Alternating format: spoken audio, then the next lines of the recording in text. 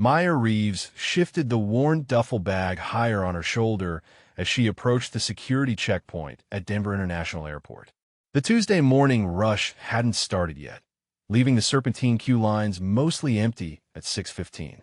She wore civilian clothes, faded jeans, and a gray hoodie, her dark hair pulled back in a simple ponytail. The bag contained 2 weeks' worth of casual clothing, toiletries, and a small wooden case she'd wrapped carefully in a spare shirt. The TSA officer manning the X-ray scanner, a younger man whose badge read Thompson, gestured her forward. Maya placed her bag on the conveyor belt, removed her shoes, and walked through the metal detector without incident. On the other side, she watched Thompson's eyes narrow at his monitor. He tapped the screen twice, then raised his hand to flag down his supervisor. The supervisor approached with the purposeful stride of someone who took his authority seriously. Derek Paulson's badge declared 15 years of TSA service. He studied Thompson's screen, then looked up at Maya with an expression that combined suspicion and certainty. "Your bag," he said, pointing at the duffel as it emerged from the scanner. "Need to do a manual inspection." Maya nodded and stepped aside to the inspection table. Paulson pulled on blue latex gloves with exaggerated care, making a show of his thoroughness. He unzipped the duffel and began removing items one by one. Shirts, jeans, running shoes, a toiletry bag he opened and examined. Then his hands found the bundle wrapped in the spare shirt. He unwrapped it slowly, revealing a polished wooden case about the size of a paperback book. The case had a simple brass clasp, no markings on the exterior. Paulson held it up to the light as if searching for something, then opened it. Inside, nestled in dark blue velvet, sat a medal Maya had received 3 months earlier at a ceremony she couldn't tell anyone about. The design was unlike standard military decorations. Black ribbon shot through with gold thread, and a medallion that caught the fluorescent lights. Paulson turned it over, squinting at the engraving on the back. JSOC-17. He read aloud. His eyebrows rose. 2 more TSA officers had drifted over, drawn by Paulson's body language. Maya kept her expression neutral, her hands relaxed at her sides. "The medal is authorized," she said quietly. "I can provide verification if needed." Paulson set the case down on the inspection table and crossed his arms. "Authorized," he repeated, his tone suggesting he'd heard that before and hadn't believed it then either. "Based on my 15 years of experience, this doesn't look like any military decoration I've seen. The engraving, this designation, it's not standard issue. I can contact military verification," Maya offered. "There's a hotline for credential confirmation." Paulson shook his head slowly, his jaw set. "Here's what I think is happening. I think you got a reproduction here, maybe bought it online, maybe had it custom made. People do that, you know. Stolen valor cases come through here more often than you'd think." Maya felt the first spark of annoyance, but kept it from her face. "The medal isn't a reproduction. If you'll allow me to make a phone call, this can be cleared up in minutes." "Have any of you traveled through Denver International?" Paulson said, glancing at the 2 officers beside him. "The main checkpoint here processes over 200 people per hour during peak times. We see everything. Fake credentials, counterfeit documents, people pretending to be things they're not." He turned back to Maya. "Which is why I'm confiscating this medal pending investigation, and you're going to come with me for some questions." The announcement landed with finality. Thompson, the younger officer, shifted his weight uncomfortably. "Sir," he started, "shouldn't we just call the verification line? If she's saying it's legitimate, I'll determine what's legitimate." Paulson cut him off. He placed the metal case in a clear evidence bag and sealed it. Then he picked up Maya's driver's license from the inspection table where she'd placed it earlier, studying the Colorado Springs address. "You're coming with me," he repeated, gesturing toward a door marked TSA Security Office. Maya picked up her duffel, now significantly lighter with half its contents still spread across the inspection table. "Am I being detained?" she asked. "Or am I free to leave?" "You're being held for questioning regarding suspected fraudulent military credentials," Paulson said. He motioned for her to move toward the office door. The 2 other officers began repacking her belongings into the duffel with quick, efficient movements, avoiding eye contact. As they walked, Maya calculated the time. Her flight to San Diego left in 90 minutes. She'd planned to visit her sister for a few days, the first real leave she'd taken in 8 months. The irony wasn't lost on her that the medal causing this problem had been awarded for work she couldn't discuss, in places she couldn't name, doing things that would remain classified for decades. Paulson opened the office door and ushered her inside. The room was small, windowless, containing a metal table and 4 plastic chairs. Fluorescent lights hummed overhead, casting everything in harsh white brightness. He pointed to a chair facing the door. "Sit," he instructed. "Someone will be with you shortly to take your statement." "I'd like to make a phone call," Maya said as she sat down, placing the duffel at her feet. "After we've completed our initial assessment," Paulson replied. He left the room, the evidence bag containing her metal case tucked under his arm, and closed the door behind him with a decisive click. Maya settled into the uncomfortable chair and checked her watch. 6:28. The situation would resolve itself eventually. It always did. The question was whether it would resolve before she missed her flight, and what kind of scene Paulson would create before someone with actual authority showed up to explain exactly how wrong he was. Derek Paulson returned 12 minutes later with 2 junior TSA officers trailing behind him. The younger of the 2, a woman whose badge identified her as Martinez, carried a clipboard and pen. Paulson took the seat across from Maya while his colleagues positioned themselves near the door, standing rather than sitting. "Let's start with identification," Paulson said, pulling out Maya's driver's license and placing it on the table between them. "This shows a Colorado Springs address. What brings you through Denver today?" "Visiting family in San Diego," Maya replied. "I'm on leave." "Leave?" Paulson repeated, tapping the license. "From what exactly?" "This is a standard civilian ID. No military designation, no indication of service." Maya reached for her wallet, which sat beside her duffel. "I have my military ID here, if you'd like to see it." "Go ahead," Paulson said, leaning back in a chair with arms crossed. She extracted the common access card from her wallet and slid it across the table. Paulson picked it up, examined both sides, then handed it to Martinez without comment. The junior officer studied it carefully, her expression neutral. "Captain Maya Reeves," Martinez read aloud. "Active duty. Issue date, February 2023. She looked up at Paulson. "Sir, this appears valid." "We could run the number through. I'm aware of what it appears to be," Paulson interrupted. He turned his attention back to Maya. "So you claim to be military. That still doesn't explain the medal. You're traveling in civilian clothes, no uniform, carrying what looks like a custom-made decoration with a designation I've never seen in 15 years of screening military personnel." "The medal was issued to me 3 months ago," Maya said. "The designation is classified, which is why you won't find it in standard databases." Paulson's laugh came sharp and dismissive. "Classified, right? Let me tell you what I think is happening here. I think you bought that medal online, maybe from one of those military surplus sites. People like you disrespect actual service members every single day. Stolen valor isn't a game."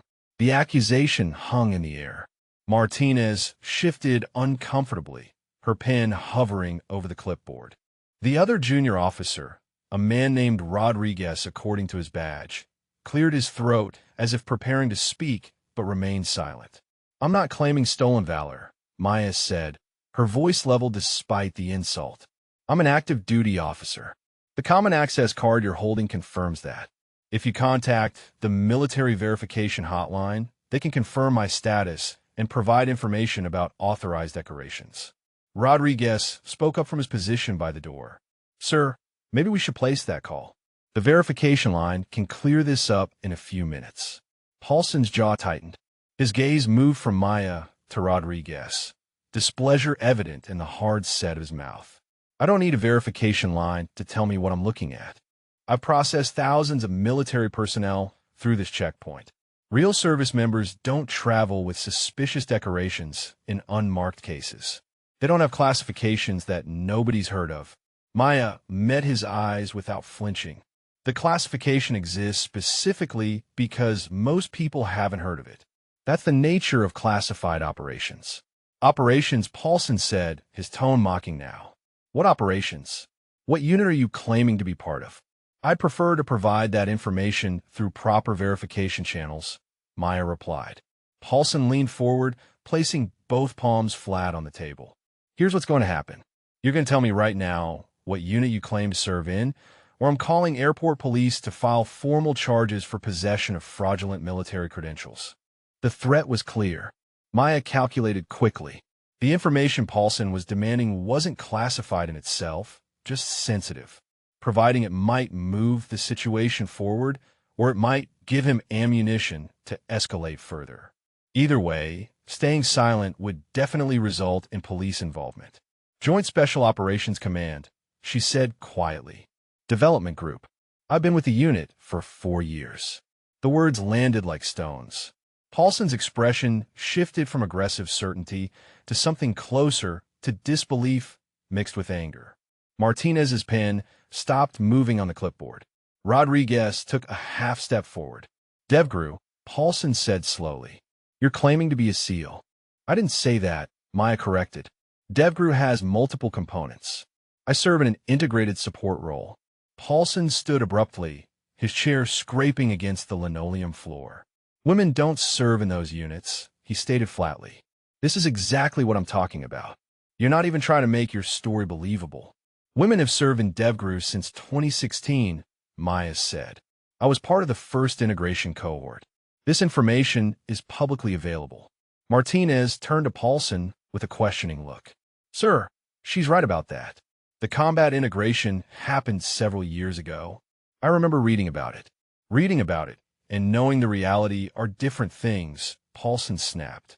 He pulled out his phone and began typing rapidly. I'm contacting my supervisor. This situation requires additional authority. Maya checked her watch. 6:53.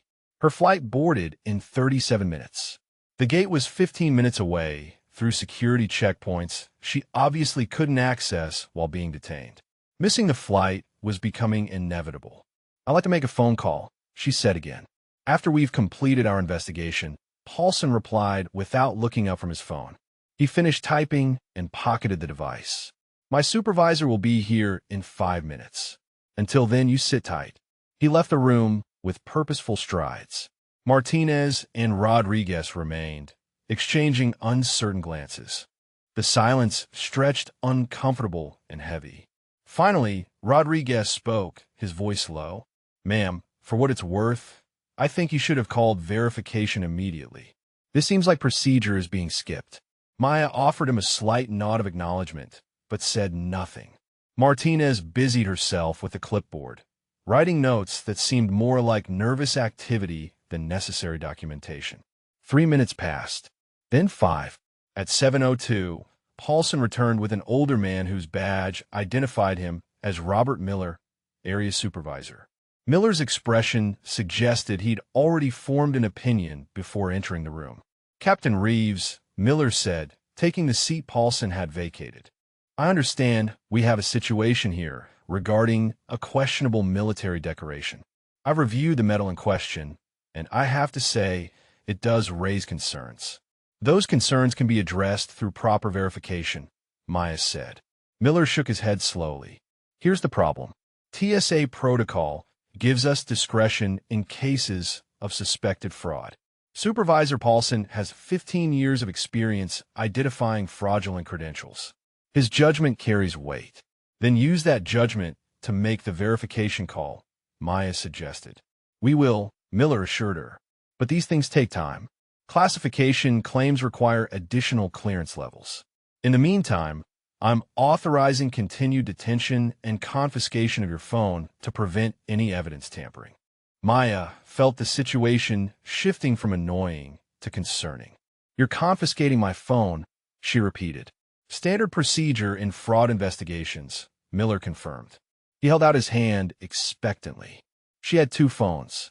The personal smartphone Miller was asking for, and a secure device buried in her duffel that he didn't know existed. Handing over the personal phone meant losing her easiest communication method, but refusing would escalate things further. Maya pulled the phone from her pocket and placed it in Miller's outstretched hand. He passed it to Martinez, who bagged it with the same evidence procedures they'd used for the medal. Your cooperation is noted, Miller said, standing. We'll have this sorted out as quickly as possible. He gestured to Paulson, and both men left together, their conversation beginning before the door fully closed behind them. Rodriguez moved to follow but paused at the threshold. "Ma'am," he said quietly, "I'm sorry about this." Then Maya was alone with Martinez, who looked everywhere except at her, and the fluorescent lights that hummed their endless mechanical song. Officer Jennifer Chun noticed the commotion from her desk in the airport police station 40 yards from the main security checkpoint. She'd been reviewing incident reports from the previous night when movement near the TSA supervisor station caught her attention. Derek Paulson is escorting someone toward the private interrogation room, his posture radiating authority and certainty. The woman he guided walked with unusual composure, her movements economical and balanced despite the obvious tension of the situation. Chen returned to her reports, but found her attention drifting back to the closed door of the TSA office.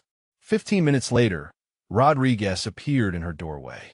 The junior TSA officer looked troubled, his standard professional demeanor cracked by obvious concern. "Officer Chun," he said, stepping inside and lowering his voice. "I need to talk to you about what's happening over there." She gestured to the chair across from her desk. "What's the situation?" Rodriguez sat forward, elbows on knees. "Supervisor Paulson detained a woman about 30 minutes ago. Found a military medal in her bag during screening. The thing is, she's got valid military ID. She's been completely cooperative, but Paulson won't run verification. He's convinced it's stolen valor." Chin pulled out a fresh incident form. "Walk me through what you saw." "The woman came through checkpoint at 6:15, Rodriguez began. "Normal screening until Thompson spotted something dense on the scanner. Paulson did manual inspection, found this metal case. The metal inside had some designation none of us recognized. JSOC-17, something like that. The woman stayed calm, offered to provide verification contacts, but Paulson shut it down." "What reason did he give for refusing verification?" Chen asked, her pen moving across the form. "Said he knows stolen valor when he sees it. Claimed his experience was enough." Rodriguez paused, then continued. "The woman says she's DevGru. Paulson told her women don't serve in those units." Martinez corrected him, said integration happened years ago, but he's not hearing it. Chen looked up from her notes.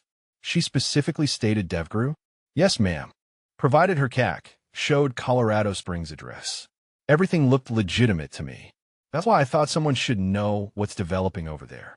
Chun saved her incident report and pulled up the security footage system on her computer. She scrolled back 30 minutes and found the checkpoint camera angle. The footage showed exactly what Rodriguez described. A woman in civilian clothes, calm demeanor, cooperative body language throughout the interaction. Even when Paulson's posture became aggressive, the woman's stance remained neutral, weight evenly distributed, hands visible and non-threatening. She zoomed in on the moment Paulson opened the metal case. The camera angle wasn't perfect, but she could make out the basic design. Black and gold ribbon, unusual medallion shape. When Paulson turned it over, Chen paused the footage and enhanced the image. The engraving was partially visible. JSOC and what looked like a number. Chen opened a new browser window and accessed the law enforcement military credential database. She entered Maya Reeves, the name Rodriguez had provided from the driver's license. The search returned basic information. Colorado Springs address, valid driver's license, no wants or warrants. No military designation in the civilian database, which wasn't unusual for active duty personnel. She switched to the restricted military verification system, a database airport police had limited access to for credential confirmation. She entered the name again, along with the partial metal designation she'd captured from the footage. JSOC-17. The system processed for several seconds, longer than normal searches. Then a red banner appeared across the top of her screen. Restricted access. Clearance required for further information. Below that, a single line. Metal designation JSOC-17 confirmed authorized. Classification level. Special access required. Chun stared at the message. In 5 years of airport police work, She'd run hundreds of military credential checks. She'd never seen a restriction like this. The system confirmed the metal existed and was authorized, but wouldn't provide details without clearance she didn't possess. She picked up her phone and dialed the Military Verification Hotline, a 24-hour service maintained by the Department of Defense for law enforcement credential confirmation. The line rang twice before a professional voice answered. Military Verification Services, how may I assist you? This is Officer Jennifer Chun, Denver Airport Police. Badge number 7734. I need confirmation on an active duty service member currently detained at our facility. Go ahead with the information, the operator said. Chun provided Maya Reeves' name, date of birth from the driver's license, and the JSOC 17 designation. She heard keyboard clicks on the other end of the line. One moment, please, the operator said. I'm showing Captain Maya Reeves as active duty, current status confirmed. However, the metal designation you've provided is classified above my clearance level. I need to transfer you to a JSOC liaison office. The line clicked and generic hold music played. Chun waited, watching the seconds tick by on her computer clock. After 2 minutes, the music cut off and she heard ringing. For rings, then voicemail. You've reached the Joint Special Operations Command Liaison Office. This line provides credential verification for law enforcement and security personnel. Due to classification requirements, callbacks are processed within 24 hours. Please leave your name, badge number, agency, and inquiry details after the tone. Chun left a detailed message with all relevant information, emphasizing that the service member was currently detained and requesting expedited callback. She hung up and sat back in her chair, frustrated by the delay, but understanding the security protocols involved. Rodriguez had waited quietly during the call. What do they say? He asked. They confirmed she's active duty, Chun replied. But the metal classification requires callback from JSOC liaison. Could take up to 24 hours. Rodriguez shook his head. Paulson's not going to wait 24 hours. He's already talking about calling Denver police to file charges. Chun stood and grabbed her radio. Let me go observe the situation directly. If this woman is legitimately JSOC and Paulson's about to arrest her, we're looking at a significant incident. She crossed the corridor to the TSA office and knocked once before entering. Martinez sat near the door while the woman, Maya Reeves, occupied a chair facing away from the entrance. Reeves turned slightly at Chun's arrival, and their eyes met briefly. Chun noted the same calm assessment she'd seen in the security footage, but now she recognized it for what it was. Professional awareness maintained under stress. The kind of composure that came from training and experience most people never acquired. I'm Officer Chun, Airport Police, she said, addressing the room generally. I understand there's a credential verification in progress. Martinez looked relieved at the interruption. Yes, ma'am. Supervisor Paulson and Area Supervisor Miller are coordinating with our chain of command. Captain Reeves has been cooperative throughout. Has anyone contacted military verification? Chun asked. That's in process, Martinez replied, though her tone suggested she wasn't entirely convinced. Chun pulled out her phone and showed Martinez the database alert she'd received. This is from the restricted military credential system. It confirms the metal designation Captain Reeves is carrying exists and is authorized. It's flagged as requiring special access clearance. Martinez leaned forward to read the screen, her eyes widening slightly. Should I show this to Supervisor Paulson? Before Chun could answer, the door opened and Paulson entered with Miller behind him. Both men stopped when they saw Chun, surprise giving way to guarded professionalism. Officer Chun, Paulson said, is there something we can help you with? I ran the metal designation through our law enforcement database, Chun replied. It came back as confirmed authorized but classified. I've contacted JSOC liaison for verification, though callback will take time due to clearance requirements. Paulson's expression hardened. With respect, officer, TSA has jurisdiction over security screening. We don't require outside verification to make detention decisions. Chun kept her voice level and professional. I'm not questioning your jurisdiction. I'm providing information that suggests this situation may be more complex than it appears. The database restriction indicates legitimate classification, not fraud. Or it indicates someone's created convincing forgeries, Paulson countered. Criminals get more sophisticated every year. Miller stepped forward, his tone conciliatory but firm. We appreciate the input, Officer Chen. But Supervisor Paulson has valid concerns based on his extensive experience. We'll continue our investigation through proper TSA channels. Chen recognized the dismissal, but held her ground. Just so we're clear, if you're planning to involve Denver police for charges, they'll need to see the same database alert I just showed you. It's going to raise questions about probable cause. We'll cross that bridge when we come to it, Miller said. Thank you for your concern. Chen nodded and left the room, but she didn't return to her office. Instead, she positioned herself at a desk with clear sight line to the TSA office door and began documenting everything she'd observed. Something about this situation felt wrong, and her instincts had kept her out of trouble often enough that she'd learned to trust them. Maya heard footsteps approaching in the hallway outside, multiple sets moving with purpose. The door opened, and Paulson entered, followed by a Denver police supervisor she hadn't seen before. The officer's nameplate read Sergeant Williams. He carried a notepad and wore the expression of someone responding to a call he considered routine. Captain Reeves, Williams said, taking a seat at the table. I'm here because TSA has requested police involvement in a possible stolen valor case. I need to ask you some questions. Maya straightened in her chair. I've been cooperative with TSA throughout this detention. I'm happy to answer questions, but I'd also like to make clear that I've requested military verification multiple times and been denied. Williams wrote something in his notepad. Let's start with basic information. TSA tells me you're claiming to be active duty military. What's your current unit assignment? Joint Special Operations Command, Maya replied. Development Group. I've served there for 4 years following selection and training. Williams looked up from his notes. JSOC. That's Special Operations, correct? Yes, Sergeant.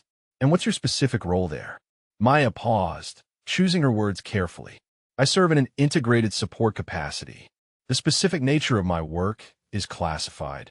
Paulson, who'd been standing near the door with arms crossed, interrupted. She's claiming to be a Navy SEAL. Women don't serve in those units. I didn't claim to be a SEAL, Maya corrected, keeping her gaze on Williams. DevGru has multiple components and capabilities. I'm part of the support structure that operates alongside direct action teams. Williams tapped his pen against the notepad. Help me understand something. If you're legitimate military with classified credentials, why are you traveling in civilian clothes with unmarked medals? I'm on leave, Maya explained.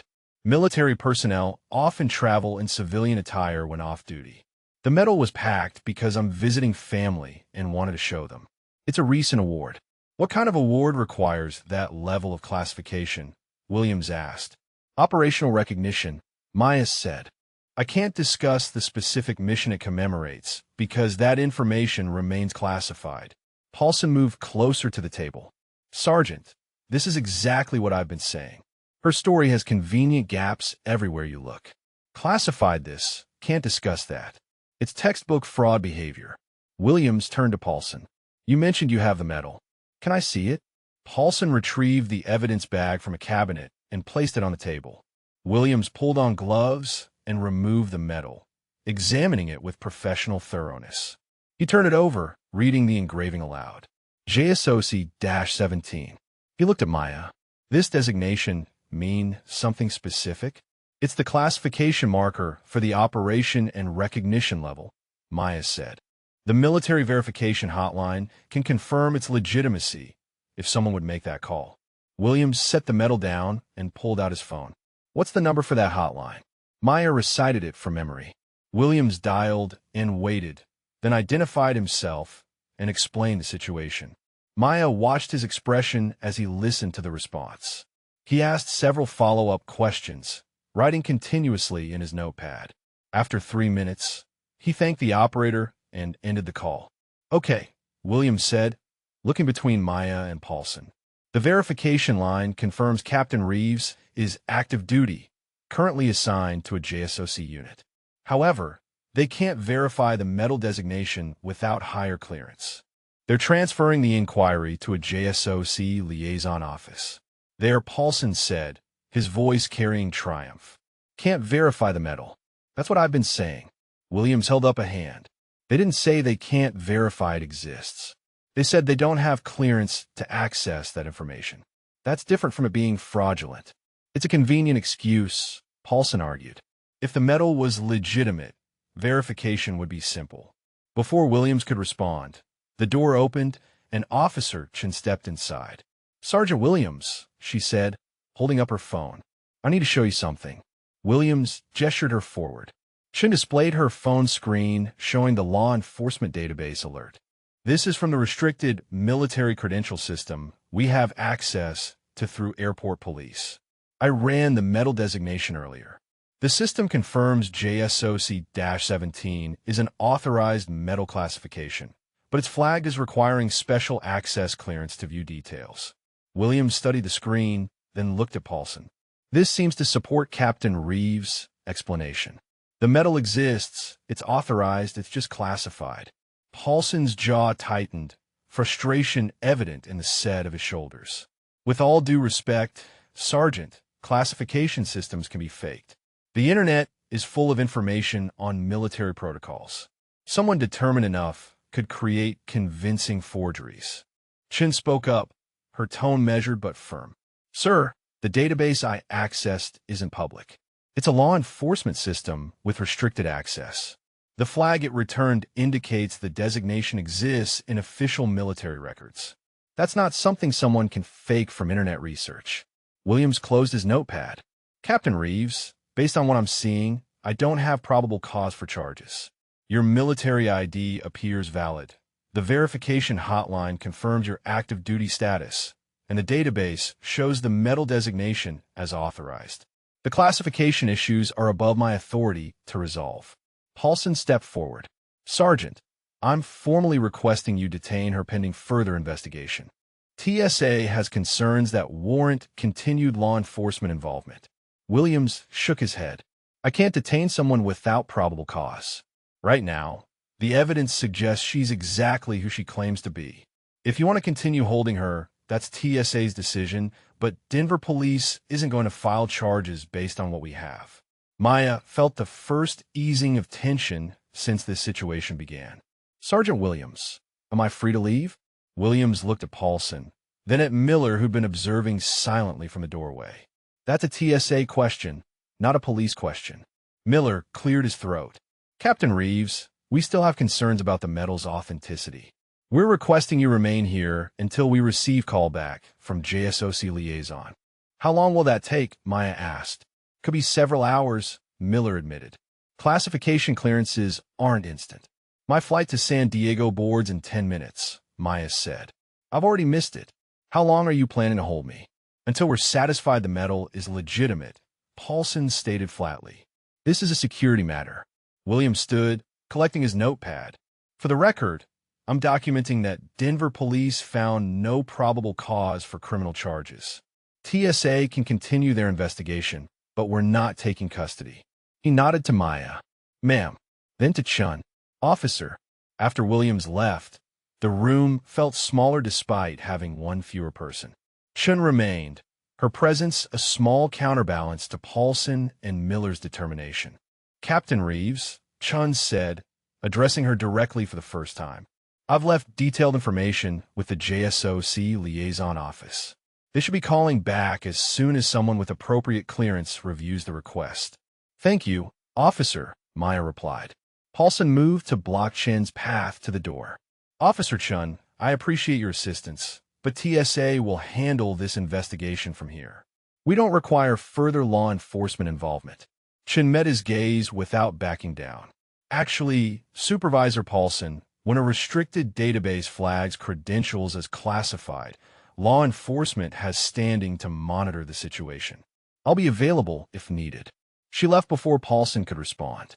Martinez, who'd observed the entire exchange, looked between the two supervisors with obvious uncertainty.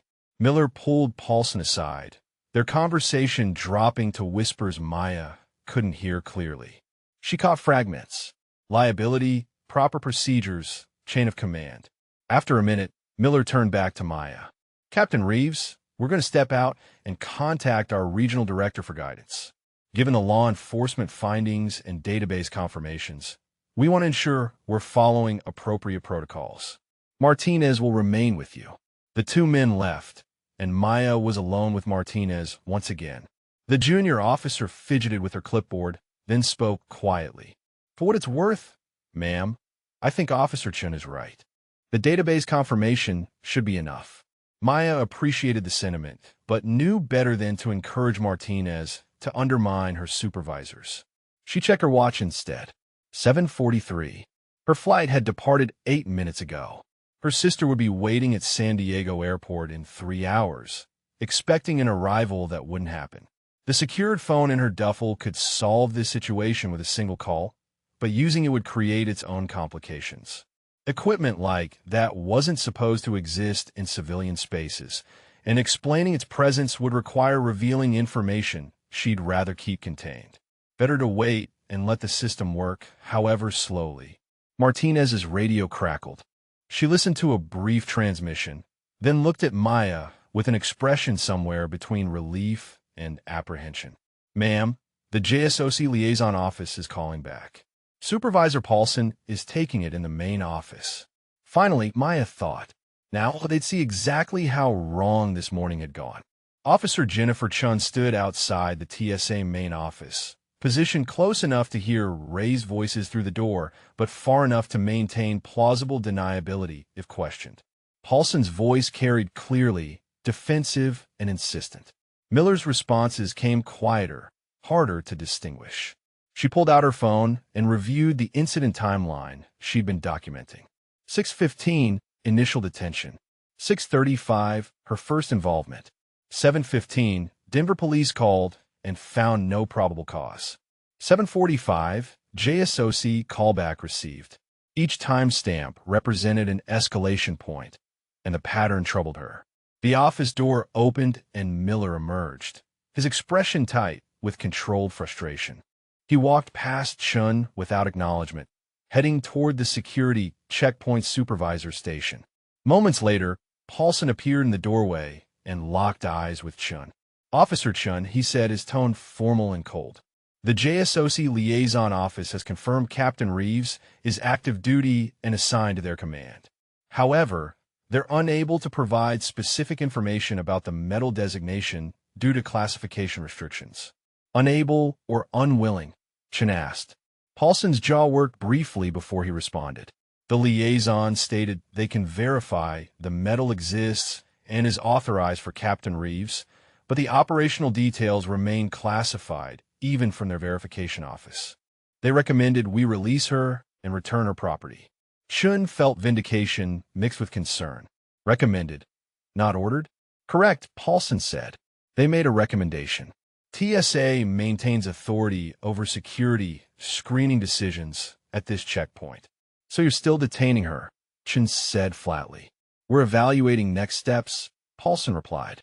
The classification issue makes verification incomplete. Chun pulled up her database screen again. Supervisor Paulson, the restricted credential system confirmed authorization.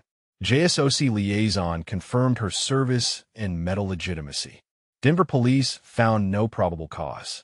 At what point does continued detention become unlawful? Paulson stepped closer, lowering his voice. Officer Chun, I've worked this checkpoint for 15 years. I've seen every kind of fraud imaginable. The convenient classification excuse, the perfectly prepared story, the calm demeanor designed to appear professional. These are tactics sophisticated criminals use. Or they're characteristics of an actual special operations officer who knows her rights and credentials are legitimate. Chun countered. Have you considered that possibility? Before Paulson could respond, Miller returned with a phone pressed to his ear. He gestured for Paulson to join him away from Chun, and the two men moved down the corridor. Chun took the opportunity to check on Maya directly. Inside the holding room, Martinez stood quickly when Chun entered. Captain Reeves remained seated but alert, her posture suggesting she'd been tracking time carefully. Officer Chun, Maya said. What's the status? Shin closed the door behind her. JSOC liaison called back. They confirmed your service and stated the medal is authorized for you. However, Supervisor Paulson seems inclined to continue detention despite that verification. Maya's expression hardened fractionally. On what grounds?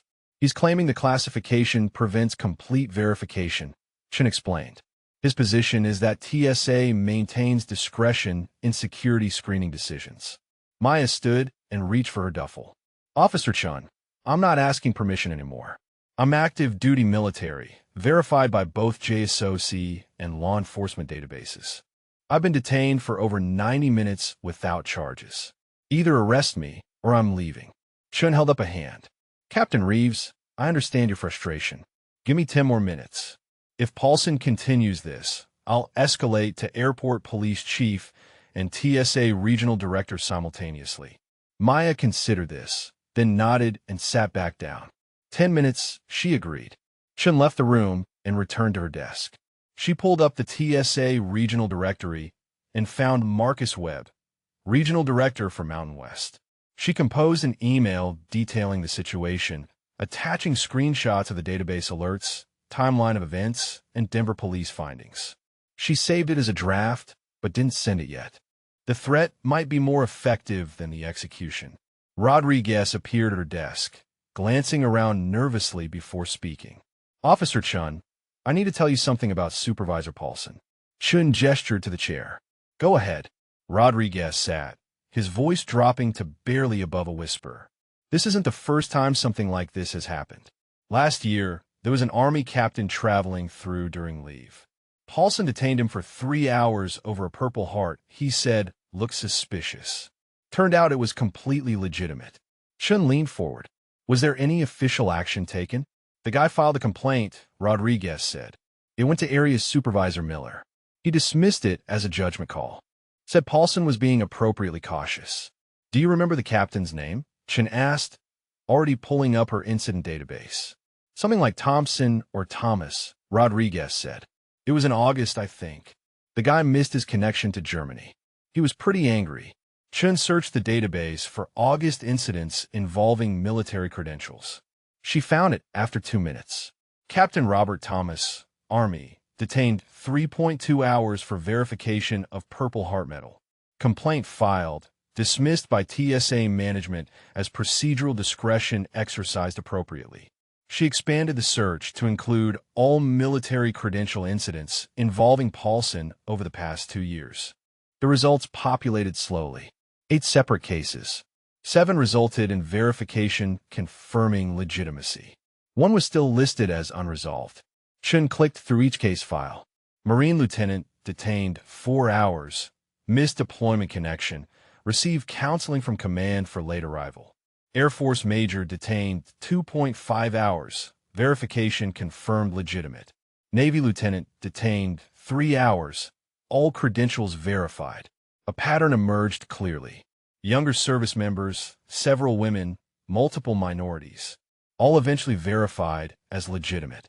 All subjected to extended detention and aggressive questioning. 3 formal complaints filed, all dismissed by TSA management.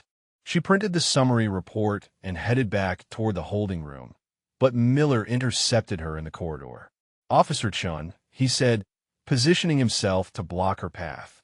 I need to ask you to step back from the situation. TSA is handling it through appropriate channels. Appropriate channels that have detained a verified JSOC operator for 90 minutes after multiple confirmations of legitimacy, Chun replied. With all respect, Supervisor, this situation has escalated beyond routine screening. Miller's expression hardened. What exactly are you suggesting? I'm suggesting that Supervisor Paulson has a documented pattern of extended detentions of legitimate military personnel, Chun said, holding up the printed summary. 8 cases in 2 years. 7 verified as legitimate. Multiple missed flights and formal complaints. Those incidents were reviewed and found to be appropriate exercises of screening discretion, Miller stated. By you, Chun noted. You dismissed all 3 complaints, which creates a supervision problem when the pattern continues. Miller stepped closer, his voice dropping. Officer Chun, I'm going to say this once. TSA has jurisdiction over security screening. Airport police provide support when requested. Right now, you're overstepping that support role. Chen met his gaze without backing down. Then I'll escalate to my chief and your regional director. They can determine appropriate jurisdictional boundaries. She moved past Miller before he could respond and enter the holding room. Maya looked up expectantly. Martinez stood near the door, clearly uncomfortable with the tension. Captain Reeves, Chen said, I need you to know that I've documented everything and prepared escalation to both my chain of command and TSA regional director. If you're not released in the next 5 minutes, I'm sending that report. Maya's expression showed appreciation mixed with resignation. Thank you, officer. I appreciate you following proper procedure, even when others haven't. The door opened and Paulson entered, his face flushed with anger. Captain Reeves, he said, ignoring Chen entirely. After extensive consideration and consultation with our chain of command, we're prepared to release you. However, we're retaining the medal pending further verification. Maya stood immediately. On what authority are you retaining my property? Security hold authority, Paulson replied. The item will be returned once we receive written verification from JSOC command. That could take weeks, Maya said. The medal is mine, verified by your own liaison call. Nevertheless, Paulson said firmly, the medal remains in TSA custody. You're free to leave. Chen pulled out her phone. Supervisor Paulson, retaining verified property without probable cause is potentially unlawful seizure. I'm documenting this decision for my report. Paulson's eyes narrowed. Document whatever you like, officer. This is a TSA security decision. Maya reached for her duffel and pulled out a business card Chen hadn't seen her retrieve. She placed it on the table in front of Paulson. That's my command contact information. Have your regional director call that number. They'll explain exactly why retaining that medal is a mistake. Paulson picked up the card, glanced at it, then pocketed it without comment. You're free to leave, he repeated. Maya shouldered her duffel and turned to Chen. Officer Chen, I'd appreciate an escort through the checkpoint. Given the circumstances, I'd prefer a witness. Chen nodded. Of course, ma'am. They left together, Martinez following at a distance. As they walked through the corridor toward the public area, Chen spoke quietly. Captain Reeves, I'm sorry this happened. It shouldn't have. Maya's response was equally quiet. Officer Chen, you did everything right. You ran verification, you documented properly, you attempted to enforce appropriate procedures. The problem isn't you. They reached the security exit. Chen watched Maya pass through into the public terminal area, her posture still maintaining that professional bearing despite everything. Then Maya turned back.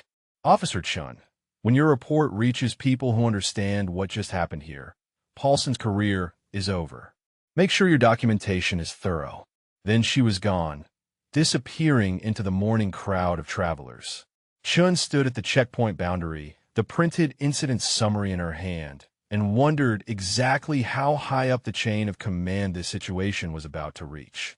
Jennifer Chen returned to her desk and opened the draft email she prepared for escalation. She added the final details about the medal seizure, attached the complete incident timeline, and included the summary of Paulson's 8 previous cases. Her cursor hovered over the send button for 3 seconds before she clicked it, routing the report simultaneously to Airport Police Chief Sarah Brennan and TSA Regional Director Marcus Webb. Then she pulled up the contact information from Captain Reeves' business card that she'd photographed before Maya left. The number showed a Virginia area code.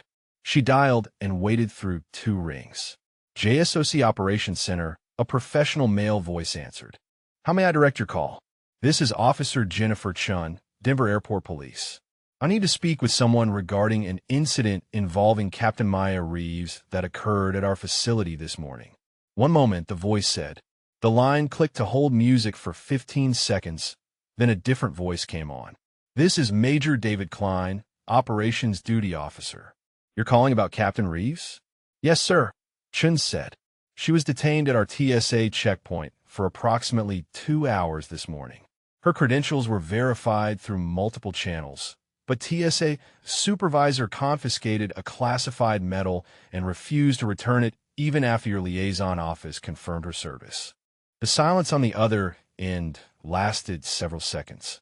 Major Klein's voice, when it returned, carried a sharp edge. Say that again, officer. TSA confiscated what? A medal with JSOC-17 designation, Chen explained.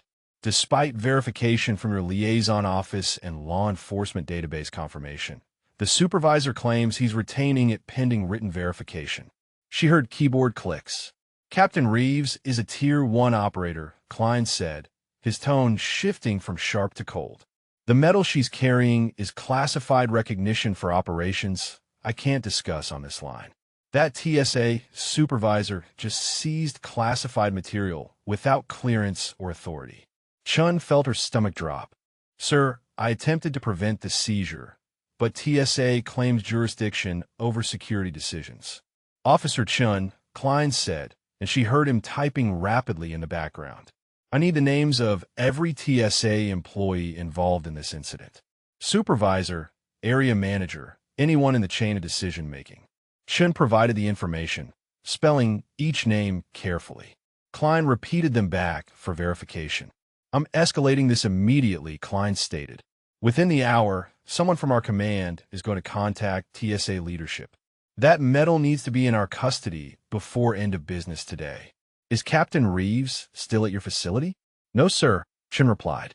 She was released about 20 minutes ago. TSA kept only the medal. What's your email? Officer, Klein asked. I'm sending you a formal statement for your records. You'll want that when this situation gets reviewed. Chen provided her email address. Sir, if I may ask, how serious is this situation? Klein's response came without hesitation. Officer, an uncleared TSA supervisor is currently in possession of classified material related to operations that are restricted at the highest levels. If that medal or its details are compromised, photographed, or discussed, we're looking at a security breach. That's not a personnel problem. That's a federal incident. They ended the call, and Shin sat back in her chair, processing the implications. She thought this was a case of overzealous screening and poor judgment. Now it appeared to be a potential national security breach. Her email chimed with a formal statement from Major Klein. She opened it and read the terse language. Captain Maya Reeves is an active duty special operations officer assigned to JSOC with current security clearances at the highest classification levels. The medal designated JSOC-17 is authorized classified material. Unauthorized retention or examination of this material by uncleared personnel constitutes a security violation requiring immediate remediation and investigation. Chun forwarded the email to Chief Brennan and Regional Director Webb, adding a note. JSOC characterizes medal retention as security violation. Command states formal escalation in progress. Her phone rang within 3 minutes. Chief Brennan's voice came through clipped and focused. Chun, I got your report. Tell me this TSA supervisor didn't really seize classified material after JSOC verified the operator. Ma'am, that's exactly what happened, Chun confirmed. I attempted to prevent it, documented my objections, but Supervisor Paulson insisted on retaining the medal. Where's Paulson now? Brennan asked. Still on shift at the checkpoint, Chun replied. Area Supervisor Miller backed his decision. I'm calling Regional Director Webb, Brennan said. This needs immediate resolution before it becomes a federal incident. Good work, documenting everything. Stand by for further instructions. The call ended, and Chun pulled up the security footage from the morning. She created a comprehensive timeline with video markers for every significant event. Initial detention at 6:15. Verification calls at 7:20. Denver police arrival at 7:35. Release at 8:10. Medal seizure at 8:12. She was reviewing the footage when Rodriguez appeared again, looking even more anxious than before. Officer Chun, you need to know something else. After Captain Reeves left, Paulson took the medal to his office. He opened the case and photographed it. Chun stood abruptly. He did what? Photographed it, Rodriguez repeated. Said he needed documentation for his report. Martinez told him it might not be appropriate given the classification issues, but he did it anyway. Chun grabbed her radio. Chief, this is Chun. New development. Paulson photographed the classified metal after seizure. JSOC specifically mentioned photo compromise as a security breach concern. Copy, Brennan responded immediately. I'm en route to the checkpoint now. Locate Paulson and ensure he doesn't leave the facility. Chin headed toward the TSA office with Rodriguez following. They found Paulson at his desk, completing paperwork. The evidence bag with the metal case sat on his desk, opened. Supervisor Paulson, Chun said from the doorway. Chief Brennan is en route and requests you remain available. Paulson looked up, irritation crossing his features. I'm completing my incident report. I'll be here. Sir, did you photograph the metal? Chun asked directly. Documented evidence for my files, Paulson confirmed. Standard procedure for seizures. That metal is classified material, Chun said. Photographing it without clearance is a security violation according to JSOC. Paulson's expression shifted from irritation to defensive anger. That metal is in TSA custody as part of a security investigation. I have authority to document evidence in my cases. Rodriguez spoke up quietly. Sir, maybe we should seal that bag and not handle it further until we hear from Regional. Paulson turned on him. Rodriguez, your job is to follow my direction, not question my decisions. If you have a problem with how I run this checkpoint, there are other airports that might appreciate your particular sensibilities. Before Rodriguez could respond, Miller entered the office. His phone was pressed to his ear, and his expression had transformed from confident authority to contained alarm. He listened for another moment, then said, Yes, sir, understood. I'll handle it immediately. He ended the call and looked at Paulson. Derek, that was Regional Director Webb. He's received multiple escalations regarding the Reeves incident. JSOC Command has contacted TSA headquarters. We need to secure that metal and cease all handling immediately. Paulson stood. Bob, I've done everything by the book here. This is a legitimate security hold on suspicious material. Miller shook his head. Derek, JSOC doesn't agree. Webb says Command is characterizing this as unauthorized possession of classified material by uncleared personnel. We're being directed to transfer the metal to airport police custody immediately for return to Captain Reeves or JSOC liaison. That's ridiculous, Paulson said, his voice rising. I'm a federal security officer with 15 years of experience. I know how to handle classified materials. Not according to your clearance level, Chin interjected. JSOC materials require specific special access clearances. TSA screening authority doesn't grant that access. Miller picked up the evidence bag, careful not to open it further. He handed it to Chun. Officer, please take custody of this. We'll coordinate with your chief and Regional Director Webb for proper transfer protocols. Paulson moved to block the handoff. Bob, you can't just surrender evidence in an active investigation. Derek, Miller said, his tone final. This order came from Webb, who received it from TSA headquarters, who received it from JSOC Command. The investigation is over. You're being directed to stand down. Chun took the sealed evidence bag, feeling the weight of the small case inside. Supervisor Miller, Chief Brennan will be here shortly to coordinate next steps. She turned to leave, but Paulson grabbed her arm. Officer Chun, he said, is grip tight. This isn't over. I followed proper procedures throughout this incident. When this gets reviewed, they'll see I was protecting security. Chun pulled her arm free, her voice dropping to a warning tone. Supervisor Paulson, you just made physical contact with a police officer. I'm going to assume that was poor judgment under stress rather than intentional. Don't make that assumption harder to maintain. She left the office with Rodriguez following. In the corridor, Rodriguez spoke quietly. Officer Chun, thank you for standing up to him. A lot of us have wanted to challenge his methods, but he makes it difficult. Rodriguez, Chun said, stopping to face him. When this gets investigated, and it will get investigated, you're going to be interviewed. Tell the truth about everything you've seen. Pattern of behavior, previous incidents, whatever you know. People's careers are going to change because of today. Yes, ma'am, Rodriguez replied. Chun returned to her office and placed the evidence bag in her desk's secure drawer. She photographed the sealed bag for documentation, then called Chief Brennan. Chief, I have the medal in secure custody. TSA transferred it voluntarily after directive from Regional Command. Good, Brennan said. I'm 2 minutes out. JSOC is sending someone to collect it personally. ETA 4 hours. Until then, that bag doesn't leave your sight. Understood, Chun confirmed. She sat at her desk, the sealed evidence bag inches away, and reviewed everything that had transpired in the past 3 hours. An operator detained. Verification ignored. Multiple authorities challenged.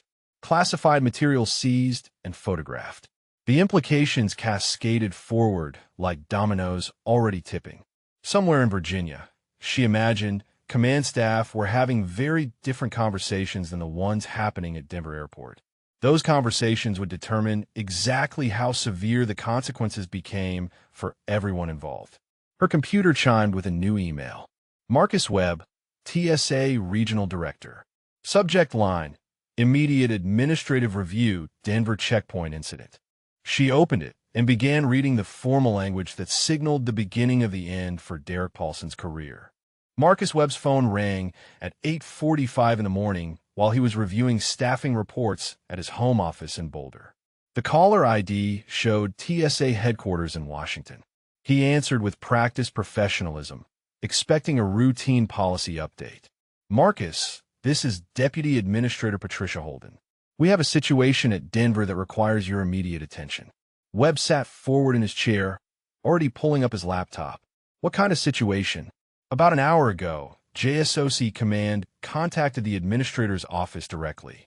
One of their operators was detained at your main checkpoint for over 2 hours. Credentials verified by multiple sources, but your supervisor refused release and confiscated classified material. Webb felt his stomach tighten. Who's the supervisor? Derek Paulson, Holden replied.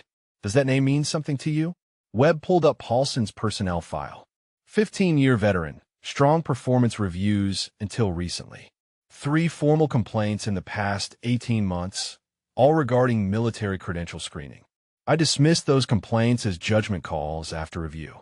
Those dismissals are now a problem, Holden said. JSOC described their operator as Tier 1, and the metal Paulson confiscated is apparently classified at levels that require special access. He's also reportedly photographed it. Webb closed his eyes briefly. That's a security breach. That's exactly what JSOC said, Holden confirmed. They're characterizing this as unauthorized possession and compromise of classified material by uncleared personnel. The administrator wants this resolved immediately and a full investigation into how it happened. What's the operator's status now? Webb asked. Released, but without her medal. Airport police are involved and documented everything. Their officer apparently tried to prevent the escalation, but was overruled by Paulson and your area supervisor Miller. Webb pulled up Miller's file. Bob Miller had been area supervisor for 6 years, solid record by the book. I'll contact Miller and get this sorted out within the hour. Marcus, Holden said, her tone sharpening. JSOC isn't asking for it to be sorted out. They're demanding immediate transfer of the medal to their custody and formal investigation of the breach. This is coming from their command level. The administrator received a direct call from a 2-star general. Webb stood and grabbed his keys. I'm heading to the airport now. I'll contact Miller en route and ensure the medal is transferred to airport police custody immediately. Do that, Holden said. And Marcus, this is going to require a formal incident review. Headquarters is sending an investigative team. They'll arrive tomorrow morning. Have all documentation ready and ensure everyone involved is available for interviews. Understood, Webb replied. He ended the call and immediately dialed Miller's number. The area's supervisor answered on the second ring. Bob, this is Marcus Webb. I need you to tell me exactly what happened with the JSOC operator detention this morning. Miller's response came carefully measured. We had a legitimate security concern regarding a suspicious military medal. Supervisor Paulson exercised appropriate discretion in detaining the individual for verification. Webb pulled out of his driveway, heading toward the highway. Bob, I just got off the phone with the deputy administrator. JSOC Command called TSA headquarters directly. They're characterizing this as a security breach. Walk me through the decision process. Miller explained the morning's events, his version emphasizing procedural justification. The medal had an unusual designation. Verification was incomplete due to classification. Paulson exercised his authority as screening supervisor to retain suspicious material. Bob, Webb interrupted. Multiple sources verified the operator's credentials. JSOC liaison confirmed her service. Law enforcement found no probable cause. At what point did you decide continued detention was appropriate? Miller hesitated before responding. Derek felt strongly about the security concerns. He's been with TSA for 15 years. I supported his professional judgment. Even after Denver police found no probable cause, Webb pressed. TSA maintains independent screening authority, Miller said. We're not bound by local law enforcement findings. Webb merged onto the highway, accelerating into morning traffic. Bob, listen to me carefully. The metal Paulson confiscated is classified at levels that require special access clearance. By photographing it, he's potentially committed a security violation. JSOC is sending someone to collect it personally. I need you to transfer that metal to airport police custody immediately. We've already done that, Miller admitted. Officer Chun took custody about 20 minutes ago after you directed us through operational command. Good, Webb said. Now I need you to pull Paulson off the checkpoint and send him home on administrative leave. Don't characterize it as disciplinary yet. Just tell him we're reviewing the incident and need him available for interviews. Marcus, that seems premature, Miller protested. We should wait until the investigation clarifies. Bob, Webb cut him off. You dismissed 3 previous complaints against Paulson for similar behavior. Airport police documented a pattern of targeting legitimate military personnel. JSOC command is calling this a security breach. Paulson is going on leave now, and honestly, you should start preparing for your own interview with the investigative team that arrives tomorrow. The line went silent for several seconds. Marcus, are you suggesting I'm at fault here? I'm suggesting that 3 complaints were filed and you dismissed all of them, Webb said bluntly. That created an accountability gap. When patterns aren't addressed, they escalate. This situation is the result of that escalation. I followed proper review procedures, Miller said, his voice defensive. Those complaints were subjective disagreements with screening decisions. Webb took the airport exit. One of those complaints came from a Marine lieutenant who missed his deployment connection and received counseling from his command for late arrival. That's not subjective disagreement. That's measurable consequence from excessive detention. Miller didn't respond immediately. When he finally spoke, his tone had shifted from defensive to concerned. What do you need from me right now? Full cooperation, Webb said. Compile every document related to this morning's incident and every previous complaint involving Paulson. Have them ready for the investigative team. And Bob, when they interview you, be completely honest about your review process for those complaints. Understood, Miller replied quietly. Webb ended the call and dialed Officer Chen's number, which Miller had provided in his initial report.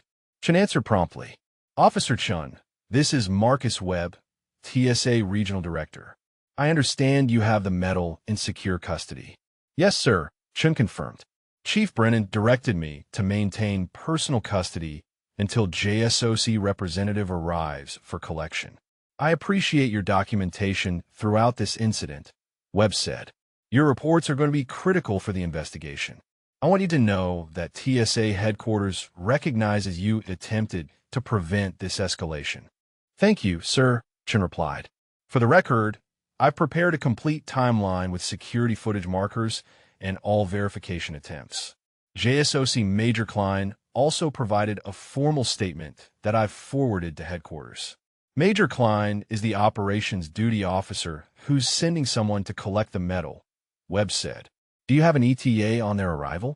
For hours, Chen said. They're flying someone from Virginia specifically for this. Webb pulled into airport employee parking. That level of response tells you how serious JSOC considers this breach.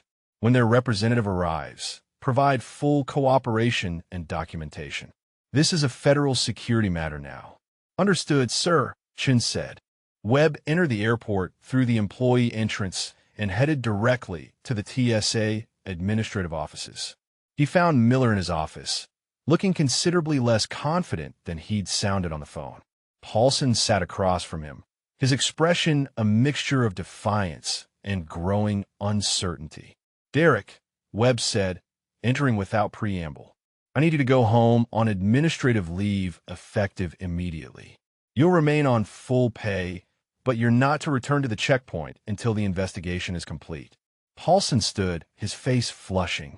"Regional Director Webb, with all respect, I followed proper procedures throughout this incident. Every decision I made was within my screening authority." Webb held up a hand. "Derek, this isn't about your intentions. JSOC Command has characterized your retention of that metal as unauthorized possession of classified material. You photographed it without clearance. That's a security violation that requires investigation regardless of your procedural justifications." "I had documented evidence," Paulson argued. "That's standard practice for seizures." "Standard practice for unclassified materials," Webb corrected. "Special access classified materials require specific clearances you don't possess. That's the issue." Paulson looked to Miller for support, but the area's supervisor remained silent. "So I'm being punished for doing my job," Paulson said, "for protecting security at my checkpoint." "You're being placed on administrative leave during an investigation," Webb replied. "That's protocol for any incident involving potential security violations. Collect your personal items and go home. Human Resources will contact you regarding interview schedules."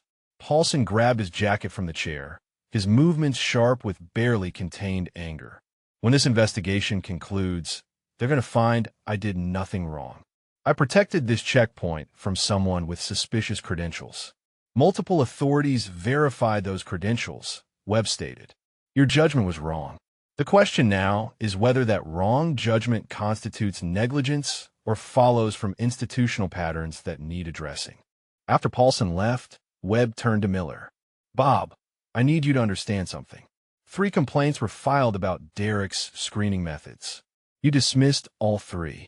That pattern of dismissal is going to be scrutinized heavily." Miller's confidence had fully evaporated. "Marcus, I reviewed each complaint thoroughly. Derek's explanations seemed reasonable at the time. Reasonable explanations for detaining verified military personnel for hours," Webb said. "Reasonable explanations for missed flights and command counseling. The pattern was there, Bob. The complaints documented it. The question investigators will ask is why you didn't see it or chose not to act on it." Miller had no response. Webb pulled out his phone and opened his email, finding the airport police report Chun had compiled. He read through it carefully, noting the timestamps, the multiple verification attempts, the professional objections documented at each escalation point. "This report shows Officer Chun tried to prevent this outcome at every stage," Webb said. "She ran databases, contacted verification services, documented objections to continued detention, and escalated to her chain of command. That's textbook proper procedure. It makes the contrast with your actions extremely stark." "What do you want from me?" Miller asked quietly. "Full documentation by end of business today," Webb replied. "And Bob, when the investigators arrive tomorrow, tell them the truth about why you dismissed those complaints. Don't try to justify decisions that clearly failed. The integrity of your testimony is the only thing that might mitigate your accountability in this situation." Webb left Miller's office and headed to airport police headquarters. He found Chief Brennan reviewing Chen's comprehensive timeline with evident satisfaction. "Chief Brennan," Webb said, extending his hand. "Marcus Webb, I wanted to personally thank you and Officer Chun for your professionalism throughout this incident." Brennan shook his hand firmly. "Regional Director, your officer created a significant problem. My officer prevented it from becoming a catastrophe. That's the bottom line." "Agreed," Webb said, "which is why I wanted you to know TSA headquarters recognizes Chen's actions were exemplary. She'll be cited in our formal review as the standard for proper procedure." "Appreciated," Brennan replied. "When does JSOC arrive?" Webb checked his watch. 3 hours now. I'll be here to facilitate the transfer personally. This situation requires senior accountability at every stage." They stood together watching Chun work at her desk, the sealed evidence bag secure in her drawer, documentation growing more comprehensive by the minute.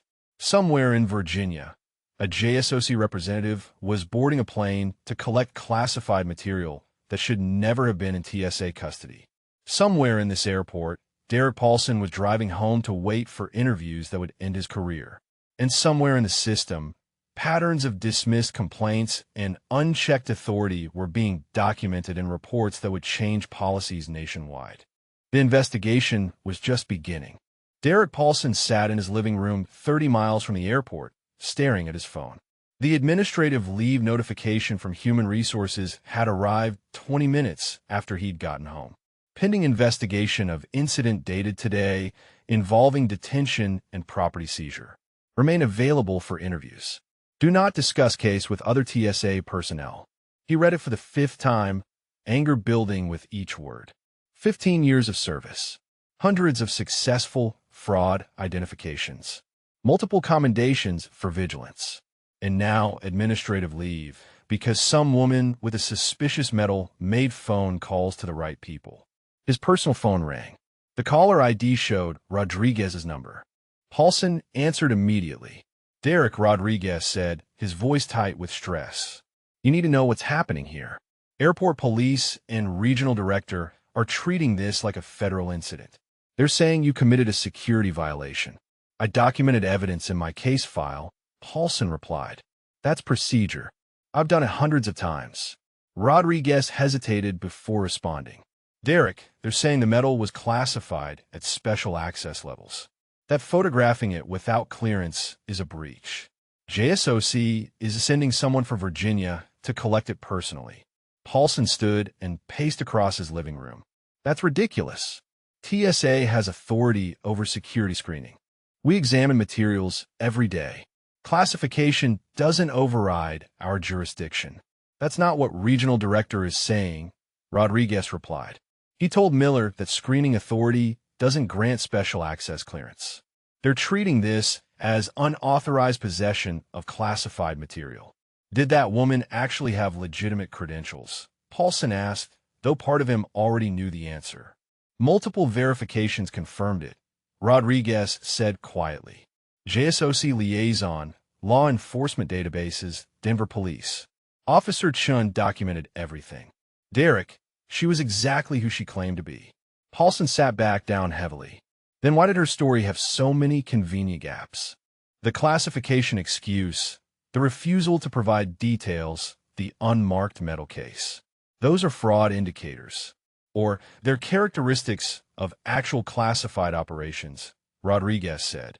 Derek, I'm calling because I consider you a friend. But I'm going to be interviewed by the investigative team tomorrow. They're going to ask about previous incidents. I have to tell the truth. What previous incidents? Paulson demanded. I've conducted legitimate security screening throughout my career.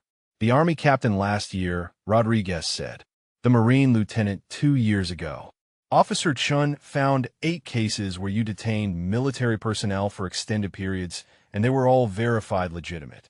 3 filed formal complaints that Miller dismissed. Those were all justified detentions based on reasonable suspicion, Paulson argued.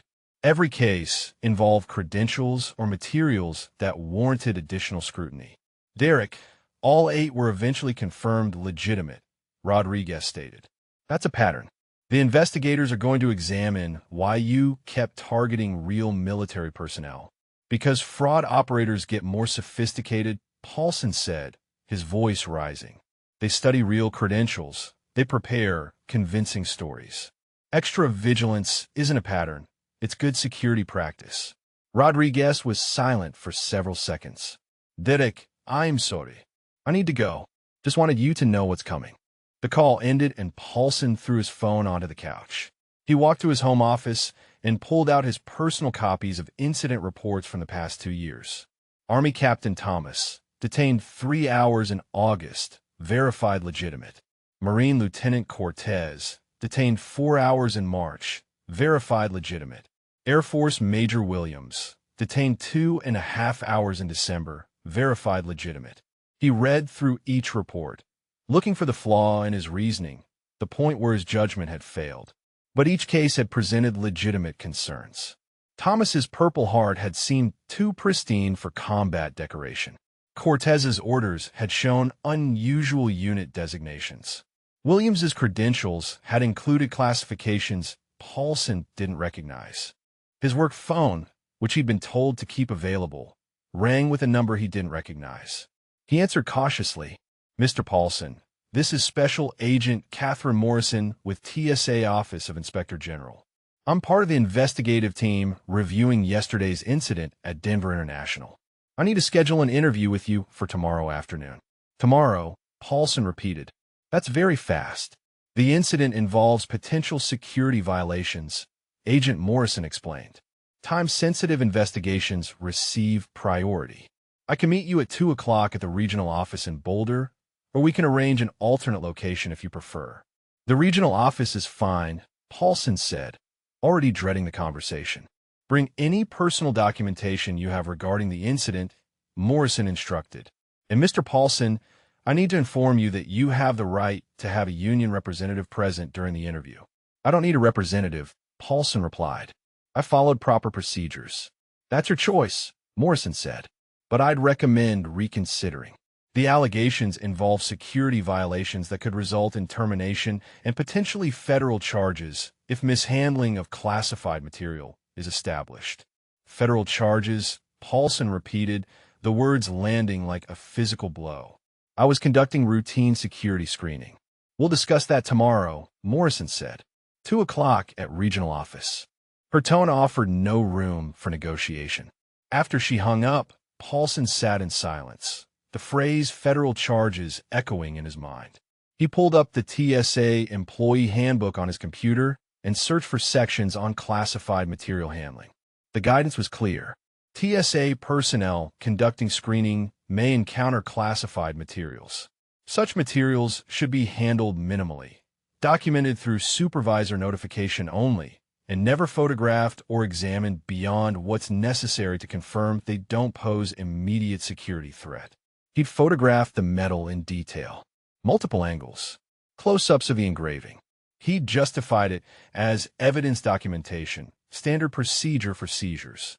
But the handbook specifically prohibited photographing classified materials without clearance. His personal phone buzzed with a text from Miller. "Derek, formal notice incoming. Investigation expanded to include previous incidents. 8 cases being reviewed. Complaints being re-examined. Union reps strongly recommended for interview." "Sorry it's come to this." Paulson stared at the message, reality settling over him with crushing weight. This wasn't going to be a routine review that cleared him in a few days. This was a comprehensive investigation that would examine his entire screening history. Every detention, every complaint, every judgment call he'd made over years of service. He opened his laptop and searched for news coverage. Local Denver stations had already picked up the story. TSA supervisor under investigation after detaining special operations officer. The articles quoted unnamed sources describing a 2-hour detention despite multiple credential verifications. They mentioned JSOC involvement and classified materials. One article had a quote from a veteran advocacy group calling for policy review of military traveler screening. His phone rang again. His sister Ellen, calling from California. He considered not answering, but knew she'd worry if he ignored her. "Derek," Ellen said when he picked up, "I just saw a news article about a TSA incident in Denver." "Was it you?" "How did you know?" Paulson asked. "The article mentioned a 15-year veteran supervisor," Ellen replied. "You're always talking about your experience level. Are you okay?" "I'm on administrative leave," Paulson admitted. "They're treating this like I committed some kind of crime." "I was just doing my job, Ellen." "What happened?" his sister asked gently. Paulson walked her through the morning's events, his version emphasizing the legitimate security concerns and procedural justifications. When he finished, Ellen was quiet for a long moment. "Derek," she finally said, "did multiple people tell you the woman's credentials were legitimate?" "The verifications were incomplete," Paulson argued. "Classification prevented full confirmation." "But JSOC confirmed she was their operator," Ellen pressed. "And police found no probable cause. And this airport police officer tried to stop you from keeping the medal, right?" They don't understand security screening, Paulson said. They weren't looking at the same indicators I was seeing. Or maybe you were wrong, Ellen said softly. Derek, you've told me stories about catching fraud over the years. I've always been proud of your vigilance. But this sounds different. This sounds like maybe you saw what you expected to see instead of what was actually there. I know fraud when I see it, Paulson insisted. Do you? Ellen asked. Because according to that article, you've detained legitimate military personnel multiple times. There's apparently a pattern. When does vigilance become bias? The question hit harder than any official notification. Paulson had no answer that satisfied even himself. After another minute of uncomfortable silence, Ellen said she loved him and made him promise to get a union representative for the interview. When the call ended, Paulson returned to his incident reports. He read them differently now, looking for the pattern others claimed to see. Young service members, several women, minorities, all eventually verified legitimate, all subjected to extended detention based on his assessment of suspicious circumstances that turned out to be legitimate credentials or materials. The Marine Lieutenant, Cortez. He'd been heading to a deployment and missed his connection because of Paulson's 4-hour detention. The complaint had described the experience as humiliating and discriminatory. Miller had dismissed it as subjective disagreement with screening procedures. But Cortez's credentials had been verified completely legitimate within 2 hours, and Paulson had held him for 2 additional hours anyway. For the first time, Paulson allowed himself to consider that his judgment might have been compromised by assumptions. Women in special operations still seemed unlikely despite the policy changes. Young service members with high-level credentials triggered skepticism. Unusual designations felt like fraud indicators even when they turned out to be legitimate classifications. His confidence, the certainty he'd carried throughout his career, cracked under the weight of accumulated evidence. 8 detentions, 7 complaints, though only 3 formal. Dozens of hours of military personnel held unnecessarily. Missed flights, command counseling, professional consequences for people who'd done nothing wrong except have credentials Derek Paulson didn't immediately recognize. He pulled out his phone and called the TSA union representative. When the rep answered, Paulson spoke before he could reconsider. This is Derek Paulson, Denver checkpoint. I have an interview with Inspector General tomorrow. I need representation. And I think I need advice on how to take responsibility for mistakes I'm only now starting to recognize I made. The admission felt like defeat and honesty simultaneously. His 15-year career was ending not because of a single incident, but because of a pattern he'd refused to see until it was documented comprehensively enough that denial became impossible. Tomorrow's interview would require him to explain not just this morning's detention, but years of judgment calls that prioritized his suspicions over verification, his authority over proper procedure, his certainty over evidence. The medals and commendations on his wall suddenly felt like markers of escalating overconfidence rather than professional achievement. He sat in his home office as afternoon light faded toward evening, reading incident reports and finally understanding what everyone else had apparently seen clearly. The pattern was there. The bias was there. The institutional failure that had enabled it was there. And the consequences that were coming were entirely deserved. Jennifer Chun stood at attention as Commander James Walsh entered the airport police conference room at 12:30 that afternoon. The JSOC representative wore service dress uniform with ribbons that told stories Chun could only partially interpret. Multiple combat deployments, special operations badges, and decorations that marked him as someone who operated in spaces most people never knew existed. Commander Walsh, Chun said. Officer Jennifer Chun, Denver Airport Police. I have Captain Reeves' property secured and ready for transfer. Walsh shook her hand firmly. Officer Chun, I've read your reports. Your documentation prevented this situation from becoming significantly worse. JSOC Command asked me to convey their appreciation. I was just following proper procedure, sir, Chun replied. Which apparently made you the only person at this checkpoint who did, Walsh observed. He gestured to the chair across from him. Please sit. I need to understand exactly what happened here. Chun retrieved the sealed evidence bag from her desk safe and placed it on the conference table. Then she walked Walsh through the complete timeline, referencing her documented notes at each stage. Initial detention at 6:15. Multiple verification attempts refused. Her database search showing restricted classification. Denver police involvement. JSOC liaison callback. Continued detention despite verification. Metal seizure. Paulson photographing the classified material. Walsh's expression grew progressively more severe as the timeline unfolded. He took notes in a small leather notebook, occasionally asking clarifying questions. When Chun finished, he sat back and studied the sealed evidence bag. "Officer Chun," he said, "I need you to understand what this metal represents. Captain Reeves earned it during an operation I can't discuss. The classification exists because the mission details, even years later, remain sensitive to national security. That TSA supervisor photographed it and retained it for hours is a breach we take extremely seriously." "I attempted to prevent the seizure," Chun said. "I documented my objections at every stage.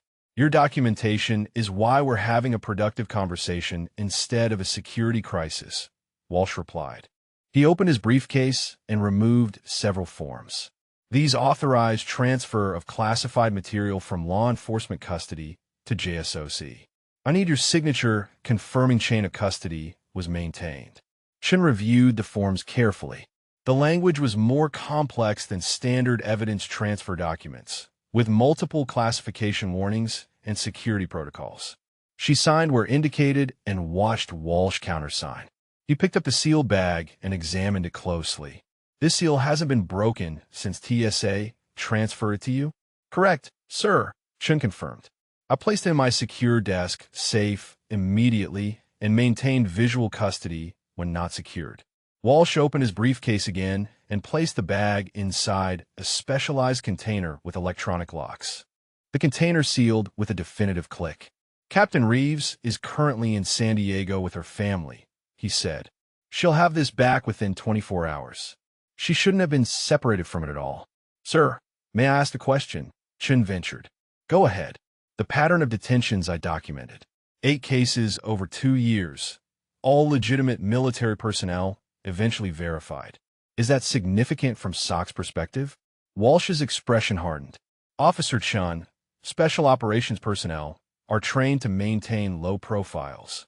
They travel in civilian clothes, carry minimal identification, avoid drawing attention.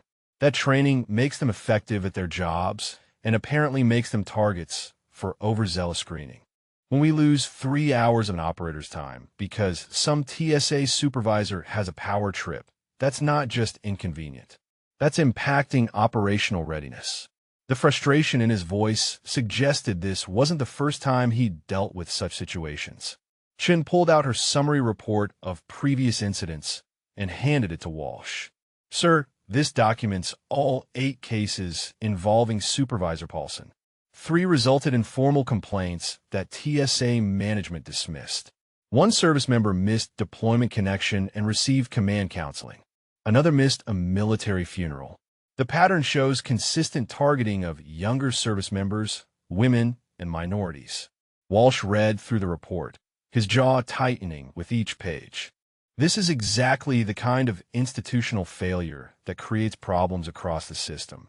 One supervisor with unchecked bias, management that dismisses complaints, and suddenly you have multiple operators being harassed every time they travel through this airport. Regional Director Webb placed Paulson on administrative leave this morning, Chun said. Inspector General opened formal investigation. "I think TSA is taking this seriously now that JSOC Command made phone calls and sent someone from Virginia," Walsh noted. "The question is whether they'd have taken it seriously if Captain Reeves hadn't had a direct line to Operations Center. How many service members without those connections have been mistreated and had nowhere to escalate?" The question hung in the air, uncomfortable and legitimate. Chun thought about the complaints filed and dismissed, the pattern documented, but ignored the institutional resistance to accountability until outside pressure forced action. Chief Brennan entered the conference room, followed by Regional Director Webb. The two senior officials had clearly been coordinating since Walsh's arrival. Brennan made introductions, and everyone took seats around the conference table. "Commander Walsh," Webb said, "I want to personally apologize for this incident.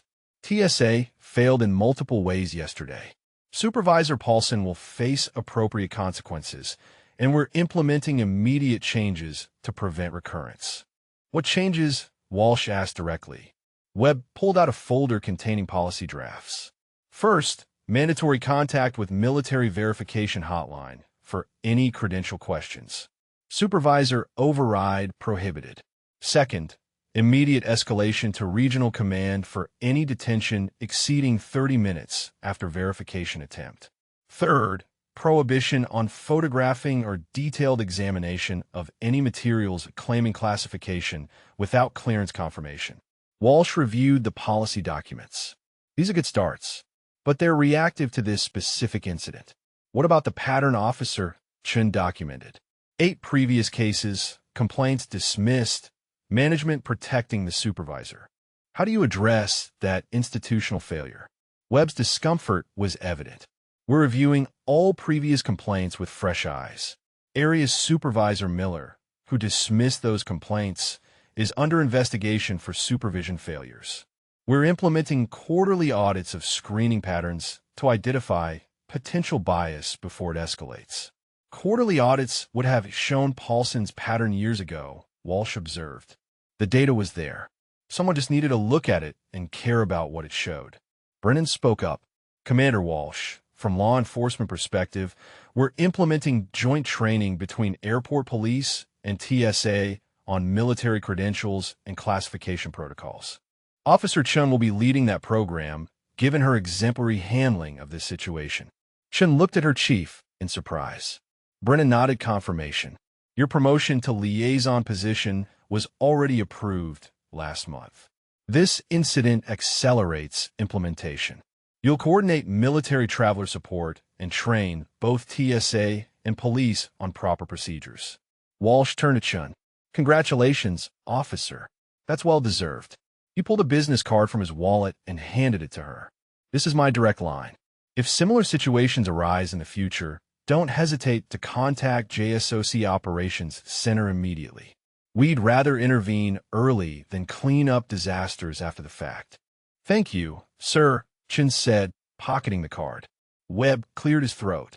"Commander Walsh, I know this incident has damaged trust between TSA and JSOC. What can we do to rebuild that relationship?" Walsh considered the question carefully. "Regional Director, trust isn't rebuilt through promises. It's rebuilt through consistent performance over time. Implement these policy changes. Hold your people accountable. Track your screening patterns and address bias proactively. Do that for 12 months, and we'll reevaluate. But right now, JSOC Command is going to be advising our personnel to allow extra time when traveling through Denver specifically because we can't trust your screening to be professional." The assessment landed with brutal honesty. Webb nodded acceptance. "Understood. We'll earn that trust back through demonstrated change." Walsh stood, collecting his briefcase with the secured metal case inside. "I need to catch my flight back to Virginia. Officer Chun, thank you again for your professionalism. Chief Brennan, Regional Director Webb, I hope our next interaction is under better circumstances." After Walsh left, the three of them sat in silence for a moment. Brennan was first to speak. "Jennifer, you prevented a complete catastrophe yesterday. Your documentation, your verification attempts, your escalation to command. That's exactly what we train officers to do." "I just followed procedure," Chen replied. "Which apparently made you exceptional in this situation," Brennan said with a trace of bitterness. "That's the problem we need to fix. Proper procedure shouldn't be exceptional. It should be standard." Webb packed up his policy drafts.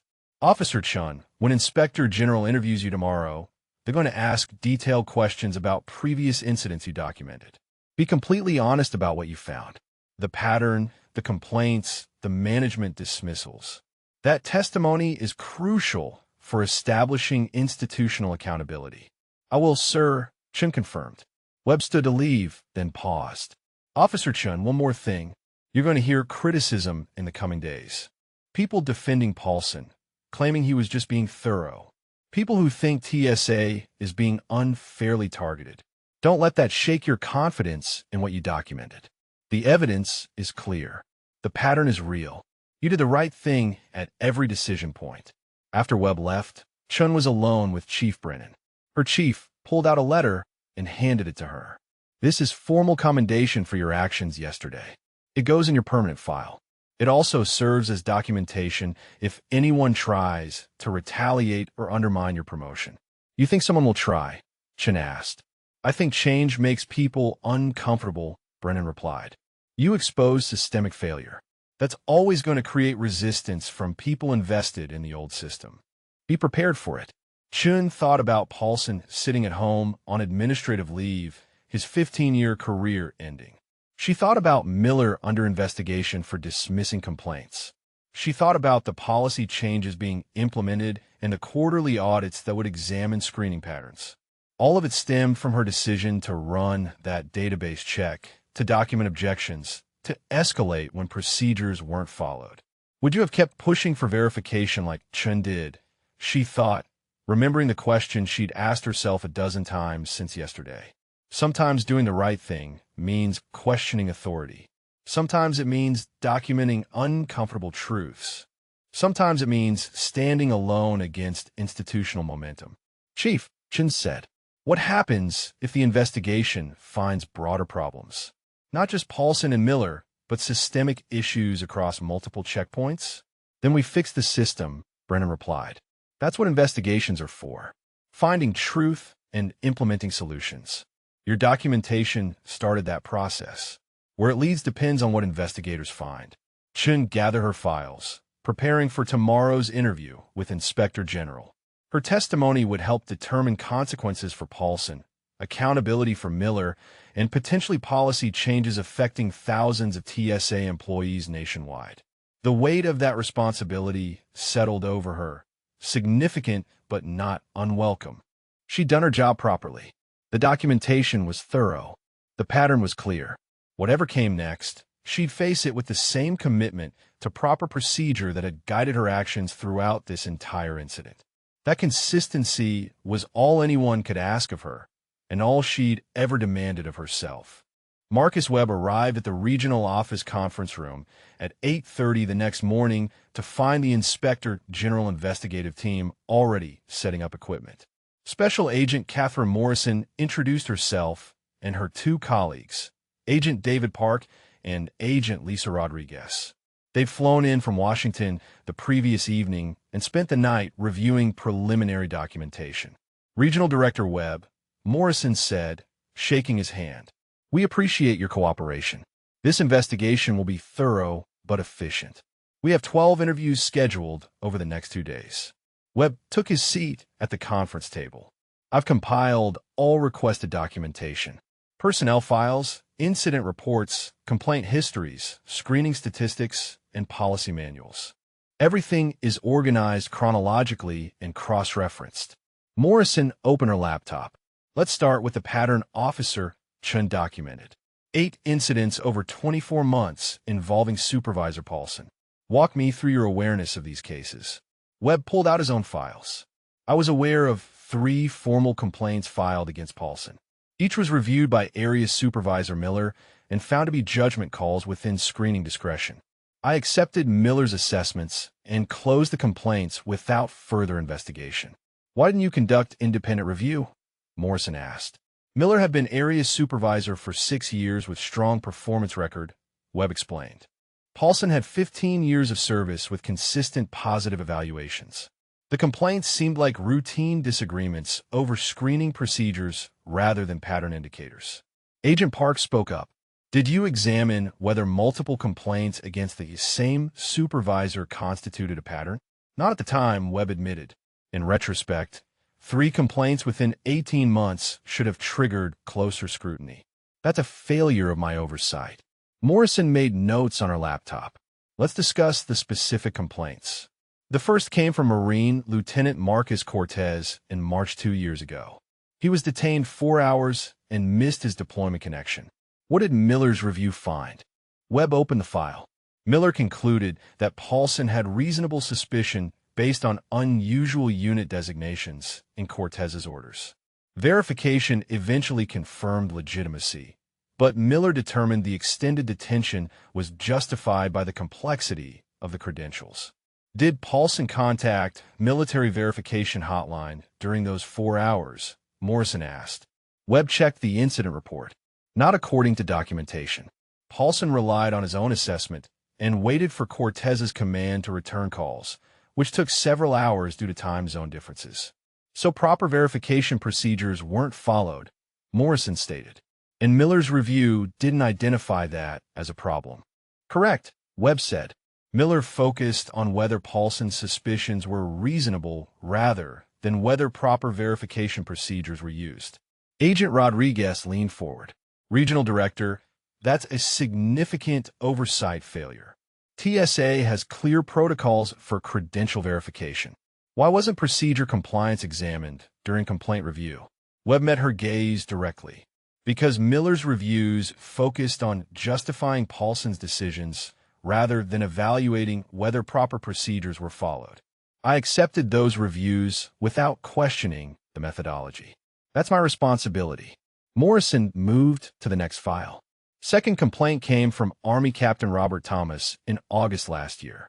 Detained 3 hours over a Purple Heart that Paulson claimed looked suspicious. Thomas missed his connection to Germany. Miller's review?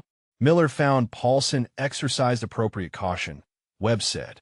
The report noted that fraud operators increasingly use realistic-looking decorations, and Paulson's thoroughness was commendable even though the medal was legitimate. Was the medal verified within the 3-hour detention period? Morrison asked. According to the timeline, verification confirmed legitimacy after 90 minutes, Webb said. Paulson held Thomas for an additional 90 minutes, conducting what he characterized as supplementary questioning. What justified the additional 90 minutes after verification? Park asked. Webb shook his head. Nothing in the documentation justifies it. Paulson's report states he wanted to ensure completeness of his assessment. Miller's review accepted that explanation without question. Morrison pulled up something on her laptop. Regional Director, we've obtained Captain Thomas's formal statement. He describes the additional 90 minutes as humiliating and unnecessary. He states Paulson made comments questioning how someone his age could have earned combat decorations. Does that suggest anything to you? It suggests bias, Webb said flatly. Age bias, possibly credibility bias. The kind of pattern I should have identified when reviewing Miller's dismissal of the complaint. The interview continued for 2 hours, Morrison walking through each of the 8 incidents Chun had documented. The pattern became increasingly clear with each case. Younger service members, several women, multiple minorities, verification procedures skipped or delayed, extended detentions beyond verification, complaints dismissed by Miller with focus on justifying Paulson's suspicions rather than evaluating procedure compliance. After a break, Morrison shifted focus. Let's discuss the Captain Reeves incident specifically. When did you first become aware of it? Webb checked his notes. I received call from Deputy Administrator Holden at 8:45 that morning. She informed me JSOC Command had contacted headquarters directly regarding operator detention and classified material seizure. What was your initial reaction? Morrison asked. Concern that escalated to alarm as I learned details, Webb replied. Multiple verifications confirming legitimacy, yet Paulson refused release. Denver police finding no probable cause, yet detention continued. JSOC liaison verifying credentials, yet metal was seized and photographed. Each decision point represented failure to follow proper procedure. Did you consider that Miller's pattern of dismissing complaints had enabled this escalation? Park asked. Not immediately, Webb admitted. My initial focus was resolving the immediate crisis. Only after reviewing Chen's documentation did I recognize that 3 dismissed complaints had created accountability gap that allowed Paulson's behavior to continue unchecked. Morrison pulled up another document. We have Officer Chen's complete timeline. It shows she attempted intervention at multiple points. Database checks showing restricted classification. Contact with JSOC liaison. Objections to continued detention. Objections to metal seizure. Every proper procedure was followed by Chun and ignored by Paulson and Miller. What does that tell you? It tells me that proper procedures existed, but weren't enforced when they conflicted with supervisor authority, Webb said. Chin followed the protocols we train officers to follow. Paulson and Miller prioritized their judgment over those protocols. The system failed because accountability mechanisms didn't function. Agent Rodriguez looked up from her notes. Regional Director, we're going to recommend significant policy changes. Mandatory verification contact. Supervisor override prohibition. Escalation requirements. Pattern monitoring. But policies only work if leadership enforces them. How do we ensure your replacement implements these changes effectively? Webb felt the implication land. My replacement? Morrison closed her laptop. Regional Director Webb, you've been cooperative and honest during this interview. But your oversight failures contributed to this pattern continuing for 2 years. 3 complaints dismissed without proper investigation. Pattern indicators missed. Institutional accountability gaps not addressed. Those failures require consequences at your level, not just Paulson and Miller. I understand, Webb said quietly. The investigation continued with interviews throughout the day. Chin provided her detailed timeline and documentation. Rodriguez described observing Paulson's pattern over years of working with him. Martinez explained her discomfort with Paulson's methods, but her reluctance to challenge a senior supervisor. Miller attempted to defend his complaint reviews, but crumbled under Morrison's methodical questioning about procedure compliance versus judgment justification. By late afternoon, Morrison assembled everyone in the conference room for preliminary findings. Paulson, who'd been interviewed for 3 hours with his union representative, sat at the far end of the table looking diminished. Miller occupied a chair near the door, his earlier confidence completely gone. Webb sat between them, accepting his role in the institutional failure. Morrison stood at the head of the table. Based on interviews and documentation review, this investigation finds systematic failure of TSA screening procedures and oversight at Denver International Airport. Supervisor Derek Paulson violated multiple policies through extended detentions without proper verification, unauthorized seizure of verified property, and photographing of classified material without clearance. Area Supervisor Robert Miller failed oversight responsibilities by dismissing legitimate complaints without proper investigation, an enabling pattern of bias screening. Regional Director Marcus Webb failed to identify pattern indicators and ensure accountability mechanisms functioned properly. She paused, letting the assessment settle. Recommendations include termination of Supervisor Paulson for security violations and pattern of procedure violations. Termination of Area Supervisor Miller for oversight failures. Reassignment of Regional Director Webb with formal reprimand. Additionally, we recommend implementing comprehensive policy changes, mandatory training on military credentials, quarterly screening pattern audits, and establishment of independent complaint review process. Paulson's union representative spoke up. What about the security violation charges? Will there be federal prosecution? Morrison glanced at her notes. Department of Justice reviewed the classified material compromise. Given that Paulson's actions occurred during claimed good faith security screening and the material was recovered quickly, they've declined prosecution. However, TSA termination stands based on pattern of procedure violations independent of the security breach. The relief in Paulson's expression was visible but fleeting. Termination still meant career over, reputation destroyed, 15 years of service ending in disgrace. Miller raised his hand slightly. What's the timeline for these recommendations?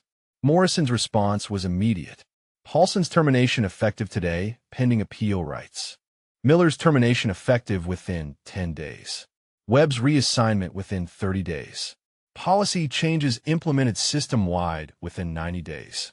This isn't just about Denver. Similar patterns exist at other facilities. This investigation establishes precedent for addressing them. After Morrison dismissed everyone, Webb remained in the conference room alone. He pulled up the email he'd drafted to his wife, explaining he'd likely be coming home early from this phase of his career. Reassignment with reprimand wasn't termination, but it was career damage that would follow him. Leadership positions were closed to officials with formal reprimands on record. His phone buzzed with message from Chun. "Sir, I know today was difficult. For what it's worth, your honesty during the investigation was noted. Taking responsibility matters." Web type back. "Thank you, Officer Chun. Make sure the new leadership implements these changes properly. The system failed because we let it. Don't let that happen again." He gathered his files and prepared to brief staff on the investigation findings. The changes coming would transform screening procedures across TSA. Mandatory verification, prohibition on supervisor overrides, independent complaint review, pattern monitoring. All of it stemming from one operator's detention and one airport police officer's commitment to proper procedure. The pattern had been there for 2 years. The complaints had documented it. The data had shown it. But institutional momentum, deference to authority, and reluctance to challenge experienced supervisors had allowed it to continue until the situation became undeniable. Webb had failed his responsibility to see what was obvious in retrospect. 3 complaints should have triggered investigation. 8 incidents should have raised alarms. The pattern was clear to anyone willing to look critically at the data rather than deferring to supervisor judgment. Tomorrow he'd begin transition planning for his reassignment. Tonight he'd go home and explain to his family that sometimes good people make mistakes through inaction, and accountability applies at every level. The investigation had found institutional failure precisely where it existed, in the leadership that enabled problematic behavior through inadequate oversight. The system was changing because it had to. The only question was whether the changes would persist after the immediate crisis faded, or whether institutional momentum would gradually erode new procedures until another pattern developed somewhere else. That answer depended on leaders who came after him, and whether they learned from these failures or repeated them. The story reached national attention within 48 hours of the Inspector General's preliminary findings. Military Times published a comprehensive investigation under the headline TSA Supervisor Fired After Pattern of Targeting Service Members. The article detailed all 8 incidents, quoted from complaint files, and included statements from multiple victims describing their experiences. Marine Lieutenant Cortez spoke on record about missing his deployment connection and the subsequent command counseling that nearly derailed his career progression. Army Captain Thomas described the humiliation of being questioned about his Purple Heart's authenticity while other travelers watched. Air Force Major Williams recounted how Paulson had suggested her rank insignia looked counterfeit because she appeared too young for her position. The article named Derek Paulson and Robert Miller as terminated employees. It described Marcus Webb's reassignment with formal reprimand. It detailed the policy changes being implemented system-wide, including mandatory military verification contact, prohibition on supervisor overrides, and quarterly screening pattern audits. Within hours, veteran advocacy organizations issued statements. The American Legion called for congressional hearings on TSA screening practices affecting military personnel. Iraq and Afghanistan Veterans of America published data showing hundreds of similar complaints filed nationwide over the past 5 years. Veterans of foreign wars demanded immediate implementation of the recommended policy changes across all airports. 3 senators announced a joint investigation into TSA screening procedures. The Senate Armed Services Committee scheduled hearings for the following month. Department of Homeland Security issued a statement promising comprehensive review of TSA training and oversight. Social media amplified the story with hashtag Military Travelers Matter trending for 2 days. Active duty service members shared their own experiences of being questioned, detained, or treated with suspicion while traveling in civilian clothes. The volume of reports suggested the Denver pattern was not isolated but indicative of broader cultural problems within TSA.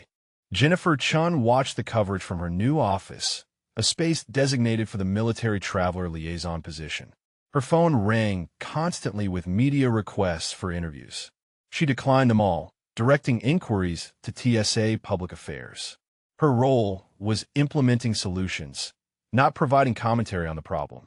The policy changes arrived in formal documentation within a week. She reviewed them carefully, comparing the language to the recommendations from Morrison's investigation. Mandatory contact with military verification hotline within 15 minutes of credential question arising.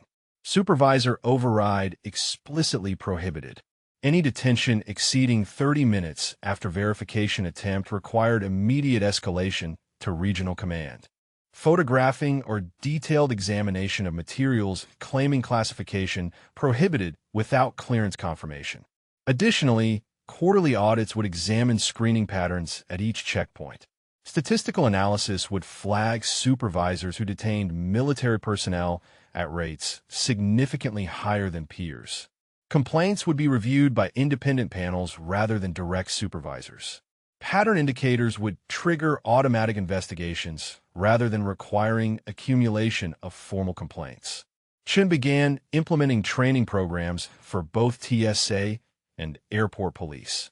She created presentations using the Reeves case as a detailed example of what happens when proper procedures aren't followed. The training included recognition of military credentials, understanding of classification systems, and emphasis on verification over suspicion. The first training session included 20 TSA officers from Denver Checkpoint. Chun stood at the front of the room with her comprehensive timeline displayed on the screen behind her.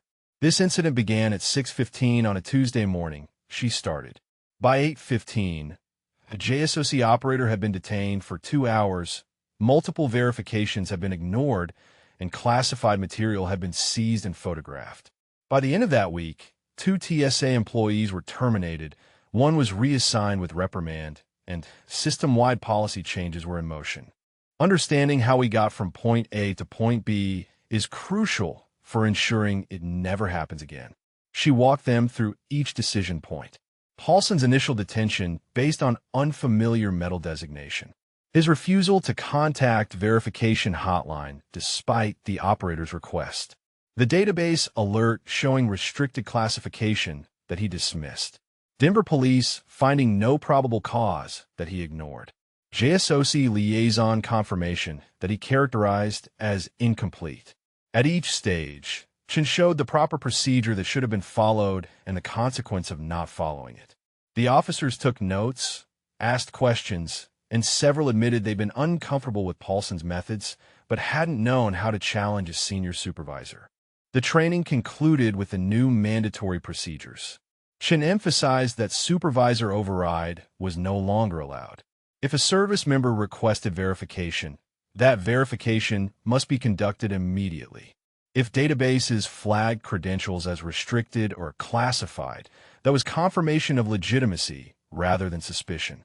If law enforcement found no probable cause, detention must end. After the training session, Rodriguez approached her. "Officer Chun, I want to thank you for documenting everything. A lot of us saw what was happening but didn't know how to stop it. Your reports gave us a framework for understanding why it was wrong." Chun acknowledged the comment but redirected focus. The framework exists now in policy. The question is whether we implement it consistently or let it fade when attention moves elsewhere. Over the following weeks, similar training sessions occurred at airports nationwide. TSA headquarters mandated completion by all screening personnel within 90 days. The military verification hotline reported call volume increased by 300%, indicating the procedures were being followed. Chin received a package one afternoon with Virginia return address. Inside was a handwritten note from Maya Reeves.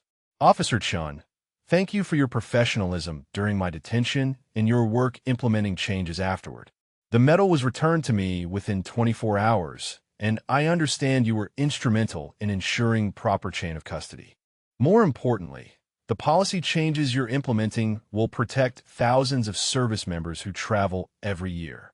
That impact extends far beyond one incident. With appreciation, Captain Maya Reeves." Also enclosed was a JSOC challenge coin, a token of respect given within the special operations community. Chin placed it on her desk where she could see it daily, a reminder of why the work mattered. Chief Brennan stopped by her office that afternoon. Jennifer, I wanted you to know that 3 other airports have requested you provide training for their personnel. Your presentation is becoming the standard for this subject. Chen looked up from her computer where she was refining the training materials. Chief, I'm happy to help, but the goal should be developing trainers at each facility rather than centralizing expertise. This needs to be institutional knowledge, not dependent on individual people. Brennan smiled. That's exactly why you were promoted. You understand that sustainable change requires building systems, not personalities.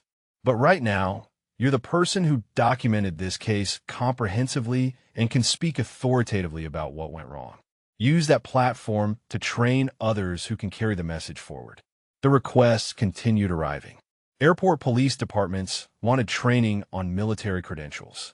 TSA regional offices requested consultation on implementing new oversight procedures.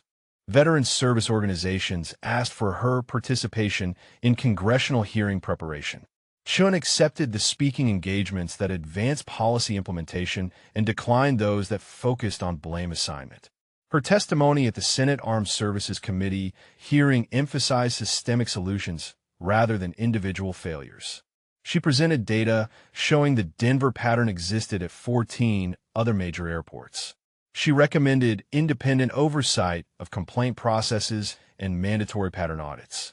The senators questioned her extensively about why the pattern had persisted for years despite complaints. Chen's answer was direct. Institutional deference to authority, inadequate oversight mechanisms, and complaint review processes that prioritized defending screening decisions over evaluating procedure compliance. The complaints documented the problem clearly. The system failed to act on that documentation. Senator Martinez from Texas leaned forward during questioning. Officer Chun, you were a relatively junior airport police officer when this incident occurred. What made you willing to challenge TSA supervisors who had significantly more experience and authority? Chun considered the question carefully. Senator, I didn't think of it as challenging authority. I thought of it as following proper procedure. The database returned a restricted classification alert. That information needed to be acted upon. JSOC liaison confirmed the operator's credentials. That verification needed to be respected. My training taught me to document objections and escalate when procedures weren't followed. I did what my training prepared me to do. And if others had done the same over the previous 2 years, the senator observed, this pattern might have been stopped much earlier. Yes, sir, Chen agreed. That's why the new policies prohibit supervisor override and require escalation. Individual judgment is important, but it needs guardrails. Procedures exist for reasons. Following them shouldn't require exceptional courage. The hearing concluded with bipartisan support for the policy changes TSA had already begun implementing. Additional legislation was proposed requiring annual reporting of military traveler screening patterns and independent review of all complaints involving service members. Chen returned to Denver and continued building the liaison program. She established direct communication channels with nearby military installations. She created a rapid response protocol for credential questions that connected screeners with military verification services within minutes. She developed quarterly briefings for TSA supervisors on screening statistics and pattern indicators. 6 months after the incident, Chen received an invitation to speak at a military transition assistance program. Service members preparing to leave active duty wanted guidance on traveling as veterans. She drove to Fort Carson and met with a group of 30 soldiers, sailors, airmen, and Marines. The presentation covered practical information about traveling with military credentials, what to do if screening questions arose, and how to file complaints if necessary. But Chen also shared the broader context. Your credentials are legitimate, she told them. Your service is real. If someone questions that legitimacy, proper procedures exist to verify it quickly. The Reeves incident changed those procedures nationwide. You have rights as travelers that must be respected. Documentation and escalation are your tools if those rights aren't honored. A Navy petty officer raised her hand. Ma'am, do you think the changes will last? Or will things gradually go back to how they were? Chen's answer was honest. That depends on leadership commitment and individual accountability. Policies only work if people implement them consistently. Every time a screener contacts verification instead of relying on suspicion, the change holds. Every time a supervisor respects procedure instead of overriding it, the system works. Sustained change requires sustained commitment from everyone in the system. After the presentation, several service members approached with questions. One Army sergeant described being detained at Atlanta Airport 3 years earlier under circumstances very similar to Maya Reeves' experience. She'd filed a complaint that was dismissed. She'd been told she was too sensitive about routine screening. Chun took her information and promised to forward it to the Inspector General's office. The ongoing investigation was expanding to examine patterns at multiple airports. Each documented case added to the evidence of systemic problems requiring systemic solutions. By the time Chun returned to Denver, the sun was setting behind the mountains. She drove through evening traffic thinking about the scope of what one incident had revealed. 8 cases in Denver. 14 airports with similar patterns. Hundreds of complaints filed nationwide. Thousands of service members affected over years of inadequate oversight. The changes were implemented. The policies were clear. The training was comprehensive. The question now was whether the culture would shift to match the new procedures or whether institutional momentum would gradually erode reforms until another pattern developed somewhere else. That answer wouldn't be known for years. But Chen's role was ensuring the foundation was solid, the training was thorough, and the accountability mechanisms functioned properly. She'd done her job by documenting one incident comprehensively. Now the system's job was maintaining the changes that documentation had triggered. Jennifer Chun stood at the Denver checkpoint 6 months after the incident that had transformed her career and changed TSA policy nationwide. The morning rush moved smoothly through security. Travelers removing shoes and laptops with practiced efficiency. The new procedures were now standard operation, so routine that newer screeners didn't remember when things worked differently. She watched a young woman in civilian clothes approach the scanner, placing a worn duffel bag on the conveyor. The TSA officer monitoring the screen noticed something and called over his supervisor. Chun tensed instinctively, old reflexes engaging. The supervisor examined the screen, then gestured the traveler aside. Chun moved closer, ready to intervene if necessary. The supervisor spoke quietly to the woman, who nodded and retrieved something from her bag. A military ID. The supervisor examined it briefly, then picked up his phone and dialed the verification hotline without hesitation. 3 minutes later, the traveler was cleared and proceeding to her gate. The supervisor made a note in his log and returned to his station. The entire interaction had taken less than 5 minutes. No confrontation, no extended detention, no challenge to credentials that verification could quickly confirm. Chun approached the supervisor after the traveler departed. "Good work," she said. "Quick verification, professional interaction, proper documentation." The supervisor, a newer employee named Collins, smiled. "Just following procedure, ma'am. The training you developed made it pretty clear how to handle military credentials." "That's exactly what we wanted," Chun replied. Procedures followed consistently, verification prioritized, respect maintained.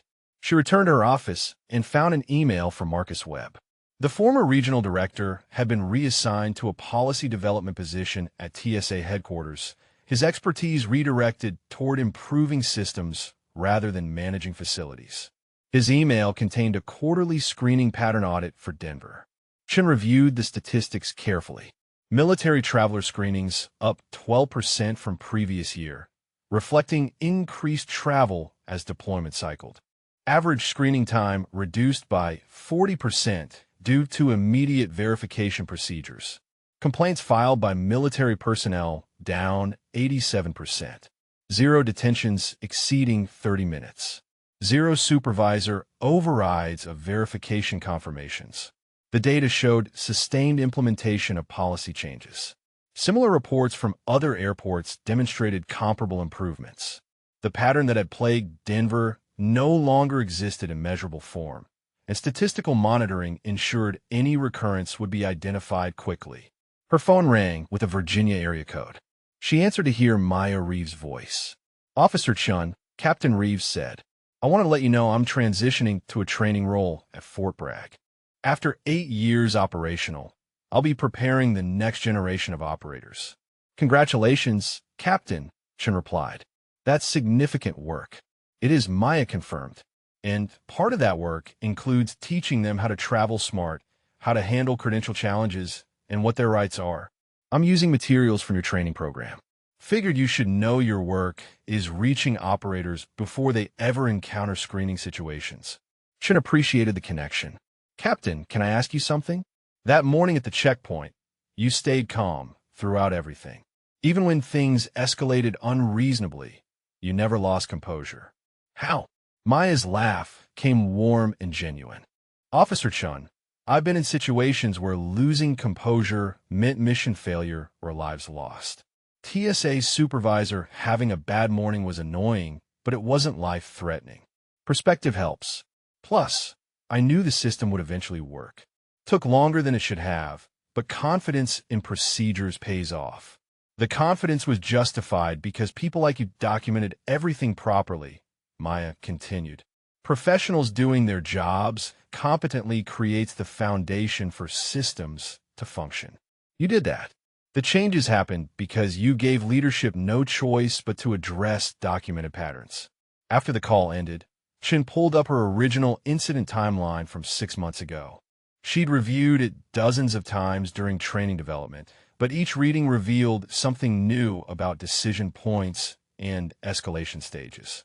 The document had become a teaching tool used in airports nationwide, a detailed case study of what happens when procedures aren't followed and what changes when they are. Chief Brennan appeared in her doorway. "Jennifer, got a minute?" Chun gestured to the chair across from her desk. "What's happening, Chief?" Brennan sat and pulled out a folder. "TSA headquarters wants to establish military traveler liaison positions at 20 major airports. They're using your program as the template. Regional Director Webb recommended you for the coordination role overseeing implementation." Chun considered the opportunity. "That's a significant expansion. What would the timeline look like?" 18 months to establish positions at all 20 airports, Brennan said. "You develop training, create coordination protocols, establish metrics for success, essentially scaling what you built here to a national program." The scope was substantial but logical. The Denver program worked because it prioritized communication, respected procedure, and maintained accountability. Those principles were scalable. The question was whether she wanted to take on coordination responsibilities or continue developing the local program. "Can I have time to think about it?" Chin asked. "Take a week," Brennan replied. "But Jennifer, you've earned this opportunity. Your documentation started policy changes that protected thousands of service members. Expanding the impact nationwide is natural progression." After Brennan left, Chin walked through the airport to clear her mind. She passed the checkpoint where everything had started, the TSA office where Maya had been detained, the corridor where she'd made the decision to escalate despite pushback. The physical spaces looked identical, but the procedures governing them had transformed completely. She found herself at the departures board watching flights update. San Diego, Maya's original destination that she'd missed 6 months ago. Atlanta, where the Army sergeant had been detained years earlier. 20 other cities where similar incidents had occurred, documented in complaints that were finally being taken seriously. Her phone buzzed with a text from Rodriguez. "Ma'am, wanted you to know I was promoted to supervisor, taking over Paulson's old position, using your training as foundation for how I run the checkpoint. Accountability matters. Thank you for showing us what that looks like." Chin smiled at the message. Rodriguez had been uncomfortable challenging Paulson's methods, but had found courage to document what he observed when it mattered. Now he was in position to ensure the next generation of screeners learned proper procedures from start. She returned to her office and drafted an acceptance email for the national coordination role. The work mattered too much to decline because of comfort zone preferences. 20 airports meant 20 chances to prevent patterns before they developed 20 opportunities to protect service members from unnecessary challenges, 20 programs that could demonstrate respect for military travelers through professional procedures. That evening, Chun drove to a ceremony at Buckley Space Force Base where she'd been invited to speak about the liaison program. The audience included active duty personnel, veterans, and military family members. She kept the presentation focused on practical information, but concluded with broader context. 6 months ago, an incident at Denver Airport exposed patterns that existed nationwide. One operator's detention triggered investigations, policy changes, and cultural shifts throughout TSA. But sustainable change requires constant attention. Procedures only work if people implement them consistently. Oversight only functions if leadership acts on pattern indicators. Accountability only exists if consequences follow failures. She paused, making eye contact with service members throughout the audience. You have rights as travelers. Your credentials are legitimate. Your service is real. If someone questions that, proper procedures exist to verify it quickly. Document everything. Escalate when necessary. The system works better now because one operator documented her experience and one airport police officer documented the response. Your documentation matters if future challenges arise. After the ceremony, a young airman approached her. "Ma'am, I travel through Denver every few months. Used to stress about it because I'd heard stories about people getting hassled. Last trip through was smooth. Showed my ID, screener verified quickly, no problems. Just wanted to say the changes you made are noticed and appreciated." Chun thanked him, but redirected credit. The changes came from leadership acting on documented evidence. Officer Chun just happened to be the person documenting this particular incident. The lesson is that documentation drives accountability, and accountability drives improvement. She left the base as evening settled over Denver, city lights illuminating the valley below. Somewhere in Virginia, Meyer Reeves was preparing training materials for the next generation of operators. Somewhere in Washington, policy analysts were reviewing quarterly screening data to identify potential patterns before they escalated. Somewhere in airports across the country, military travelers were moving through security with professional respect rather than suspicion. The work wasn't finished. Cultural change took years of sustained commitment, but the foundation was solid. Procedures were clear. Training was comprehensive. Oversight mechanisms functioned. Pattern monitoring flagged concerns early. Complaint processes operated independently.